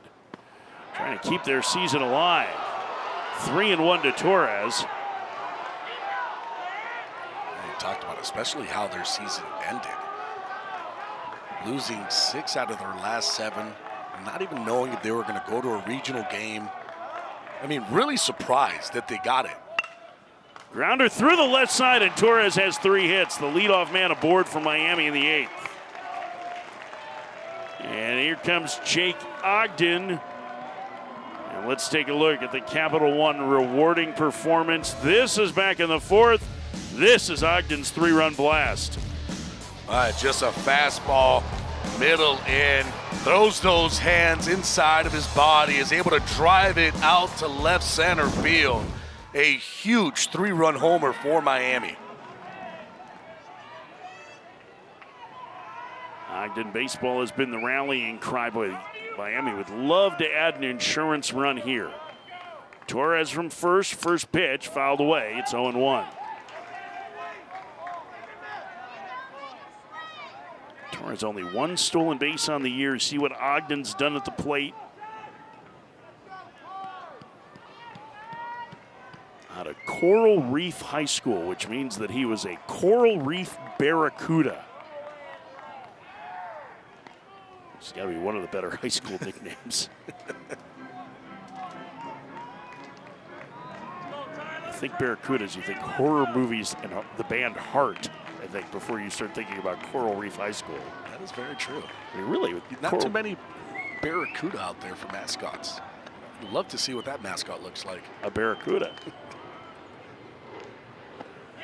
I do respect the fact that they resisted the urge to call themselves the Coral Reefers and just play Jimmy Buffett tunes, but that 0-2 the count to Ogden. 6-5 Miami, bottom 8. Top of the order looking for insurance here. The pitch. Soft fly ball to right center. Lucas Moore over to make the grab. And that's the first out. Torres back to first. Max Galvin has a double in 4 trips. Action of the bullpen, TJ Schlageter. Colin Hartman getting loose. Remember, behind Galvin is Daniel Cuvée, who is the biggest power threat, the biggest offensive threat in this Miami lineup.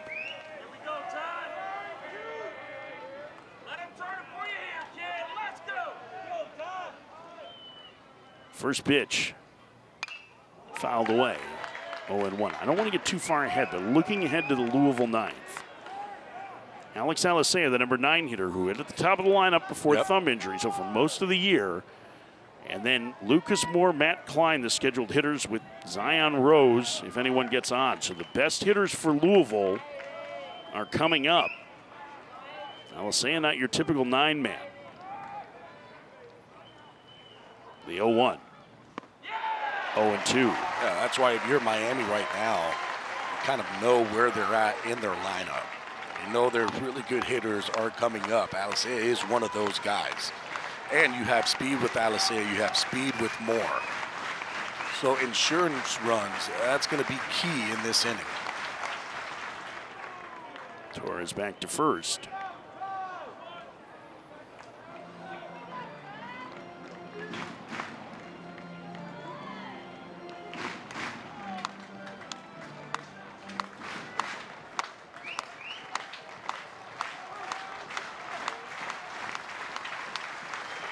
The 0-2, soft fly ball, shallow right. King will have to play it on a bounce, a base hit. Galvin's second of the day, and it'll bring up Cuvée with 2 men on.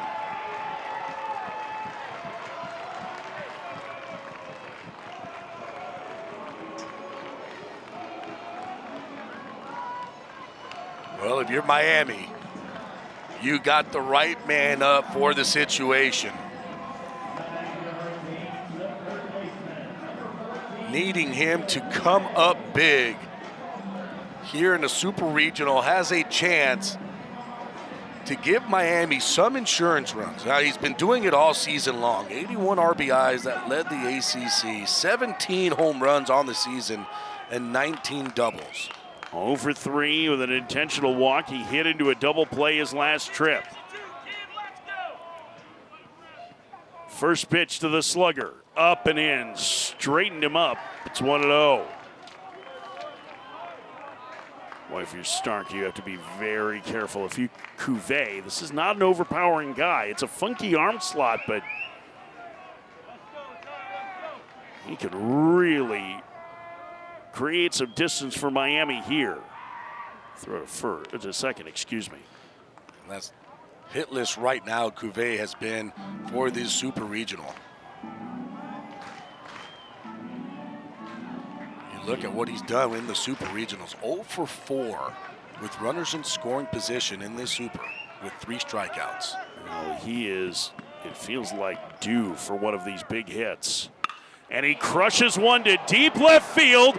Rose back to the fence. It's gone!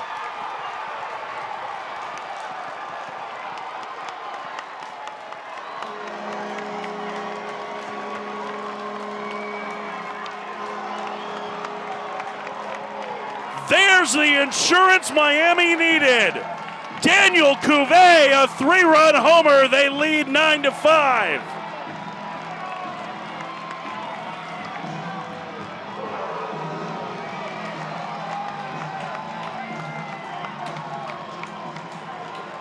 Well, he's not hitless anymore with runners in scoring position. He is their 3-hole hitter for a reason. He has been big all season long. And with first and second back against the wall, boy, what a big swing by Cuvée. Gonzalez to second. Hot will throw him out. 2 outs. Here's the home run from Cuvée. And here it is, just nice and easy. Gets a fastball out over the plate. That's not a powerful swing. That's just a powerful man. Flips the wrist, just getting over that wall in left field. 2 outs from Fabio Peralta. Entered the game defensively. In the top of the 8th, they have silenced this Louisville crowd. We talked earlier, Gabby, that Miami was a team that couldn't fall behind by very much. They were behind 3 runs in this game, right? This is a very big comeback for them. But it felt like things were turning in that 4th inning, and the Neighbors picking off a runner from second base with the bases loaded and 2 outs, a play you never see, that no one in the ballpark expected, completely flipped the momentum of this game. It did, and we talked about that momentum even in game 1. And it was Louisville who took advantage of that momentum when they had Miami had bases loaded, and Patrick Forbes was able to strike out both Michael Torres and Jake Ogden. And all of a sudden, it seemed like that flipped up momentum back to Louisville's side. They ended up hitting back-to-back home runs with Pike and Monroe. Seems like today it was the opposite way, where Miami was able to do it. Peralta down on strikes, but Miami pads the lead behind Daniel Cuvée. What a big swing from their big man. Fastball stays on it. 3-run homer, giving Miami a 9-5 lead going to the top of the 9th.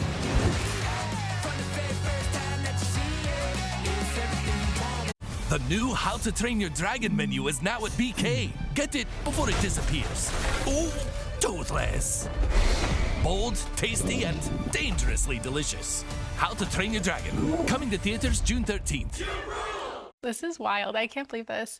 Let's take it from the top. You love cleaning this counter. What? In fact, Clorox's latest experiment proved you enjoyed it more than a manicure. I don't even know myself anymore. Rethink what makes you feel good. In your neighborhood, there's a place so good. It's so nice to be part of store learn from me. 80% lean ground beef is just $4.88 a pound. Athena melons are only 99 cents a pound. Lay's kettle cooked chips or rolled gold pretzels are just $2.88. Tyson chicken is only $6.98. Welcome to Fairway, your Fairway family. Got one more, Antoine. With USPS Ground Advantage, it's like you're with us every step of the way.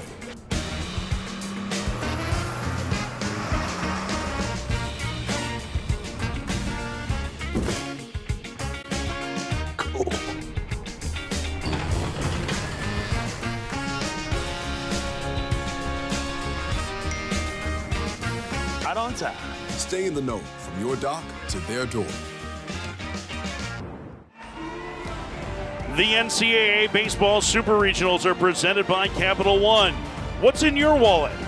And in part by USAA, proudly serving the military community and their families. 9th inning, Miami 3 outs away from forcing a game 3, and Alex Alisea lines the first pitch into the corner.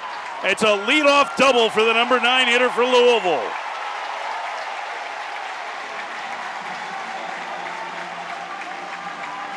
Alisea, the leadoff double, and the lineup turns over. Daniel Cuvé's 3-run home run in the bottom of the 8th has given Miami and Brian Walters some room to work with, but it is not going to be easy for him to navigate this. A Miami win forces Game 3, a winner-take-all game tomorrow here at Jim Patterson Stadium. Hey, it's not going to be easy at all. This Louisville team, they can hit, and they showed that early on in this game. They showed it in yesterday's ball game. They could put up runs in a hurry. Moore looking for his first hit of this Super Regional, takes a ball 1-0. He walked and scored earlier. He's been on base just once through the first 2 games. Miami's done an exceptional job with the catalyst for this offense. The pitch. Bounce back through the middle, a base hit. Alisea around third, he'll score. And now the 3-run homer from Cuvée looms huge as Louisville's on the board trailing 9-6. We talked about it last inning. Not going to be easy with this Louisville batting order. They have guys up and down the lineup. They put the ball in play. They don't really strike out as a team. Very quick conference called by Tanner Smith, the catcher. There is action in the Miami bullpen. Will Smith, who was one of the heroes of the regional for Miami, getting loose in the pen. Yeah, we talked to JD Arteaga, and it was about Brian Walters and him being on the mound and throwing multiple innings. JD told us, 2 innings is his max. Doesn't like to go out there for that third, but not taking any chances at all, getting somebody warmed up. Matt Klein's been on base twice today via hit by pitch. Moore dives back. Moore stole a base earlier. He has 49 on the year. Would he really be running down 3? Boy, he's got a huge lead. I mean, he always has a big lead, and he doesn't, being down 3, trying to stay out of the double play. Bluff's going, and Klein takes a high strike. It's 0-1. And that's the only thing that I would be thinking with Moore here. Trying to see if he can maybe swipe second and stay out of that double play, understanding that he can get back with Walters on the mound. The 0-1, 1-1.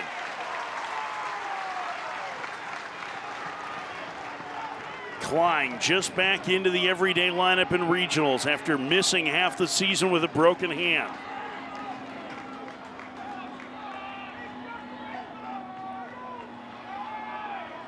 Walters set, the runner goes, the pitch is low, and that's stolen base number 50 on the season for Moore. You can see that Moore wanted to swipe second. Had a big lead off of first, wanted to go a pitch ago, just didn't have the right jump, waited for the right time. It doesn't look like it's altered the defense very much for Miami.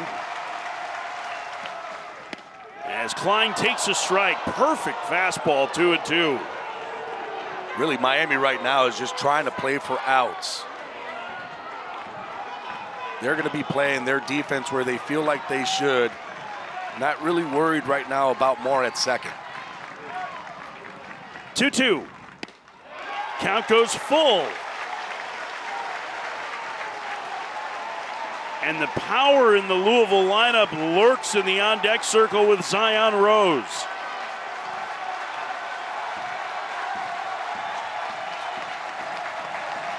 Three and 2 the count. The pitch to Klein.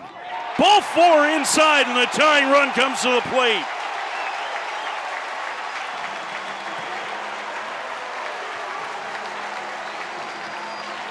Boy, if you're Louisville, this is exactly what you wanted in this situation.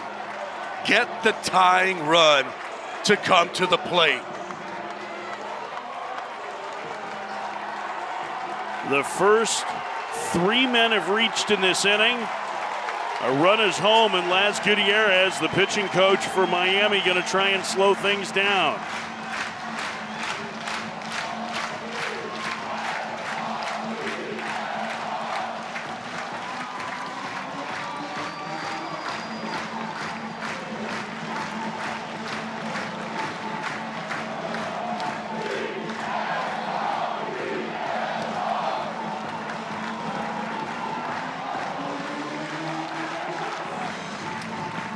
This is the loudest this crowd has been in Louisville today. They can sense the rally coming. Down 3 in the 9th. A win today sends them to Omaha. A Miami win forces Game 3 tomorrow as Zion Rose hits.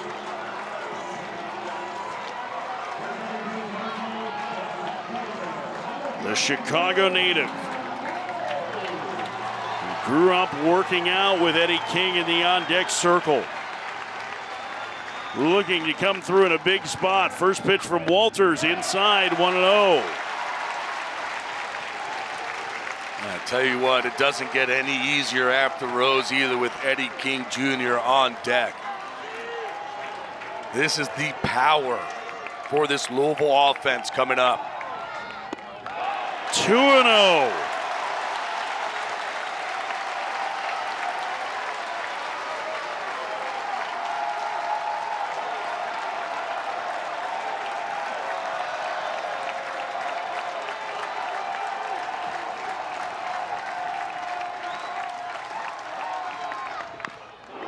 foul. 2-1. All right, your rows too. You want to kind of get a pitch a little bit more elevated. You want to get this ball in the air. You don't want to hit the ground ball.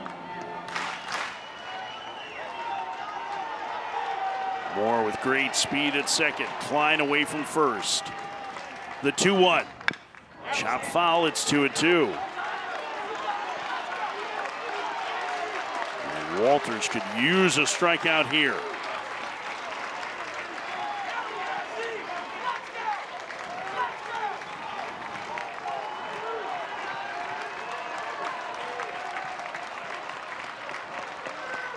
The 2-2. Swinging a harmless fly ball, shallow right. Peralta streaking in, makes the catch, and a big first out. That was as good as a strikeout.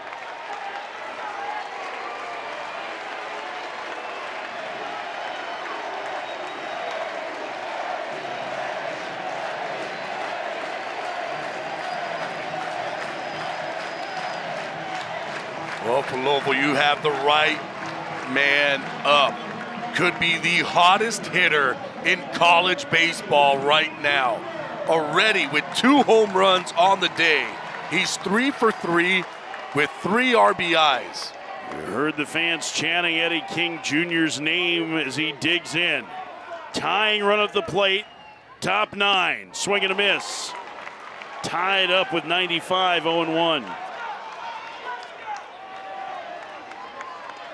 Remember the first 3 reached, and Walters was behind 2-0 on Zion Rose.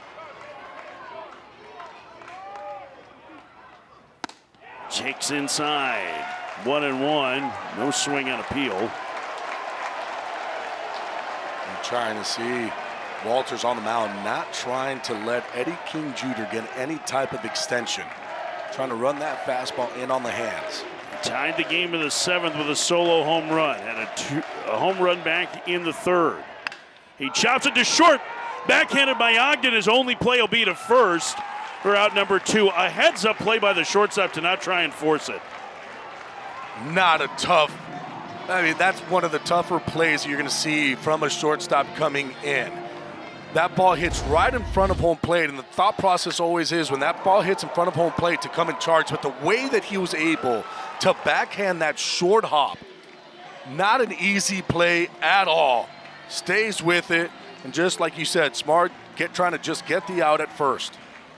So now Miami 1 out away from forcing Game 3 of Super Regionals. Garrett Pike takes low, 1-0. He's the last chance for Louisville today.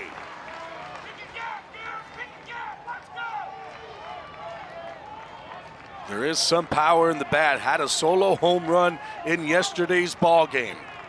Jake Monroe on deck, who has 3 homers in the Super Regional. Pike to center. Torres calling for it. And Miami has forced Game 3 of this Super Regional. The Miami Hurricanes, who've had their backs against the wall all year, are taking this Super to the limit. They beat Louisville 9-6, and Game 3 will be here tomorrow at noon Eastern on ESPN. Wow, what a game. And listen, Louisville had the chance in that 9th inning to tie it up. Had a couple guys on, tie and run up to the plate. Miami was able to get the last out.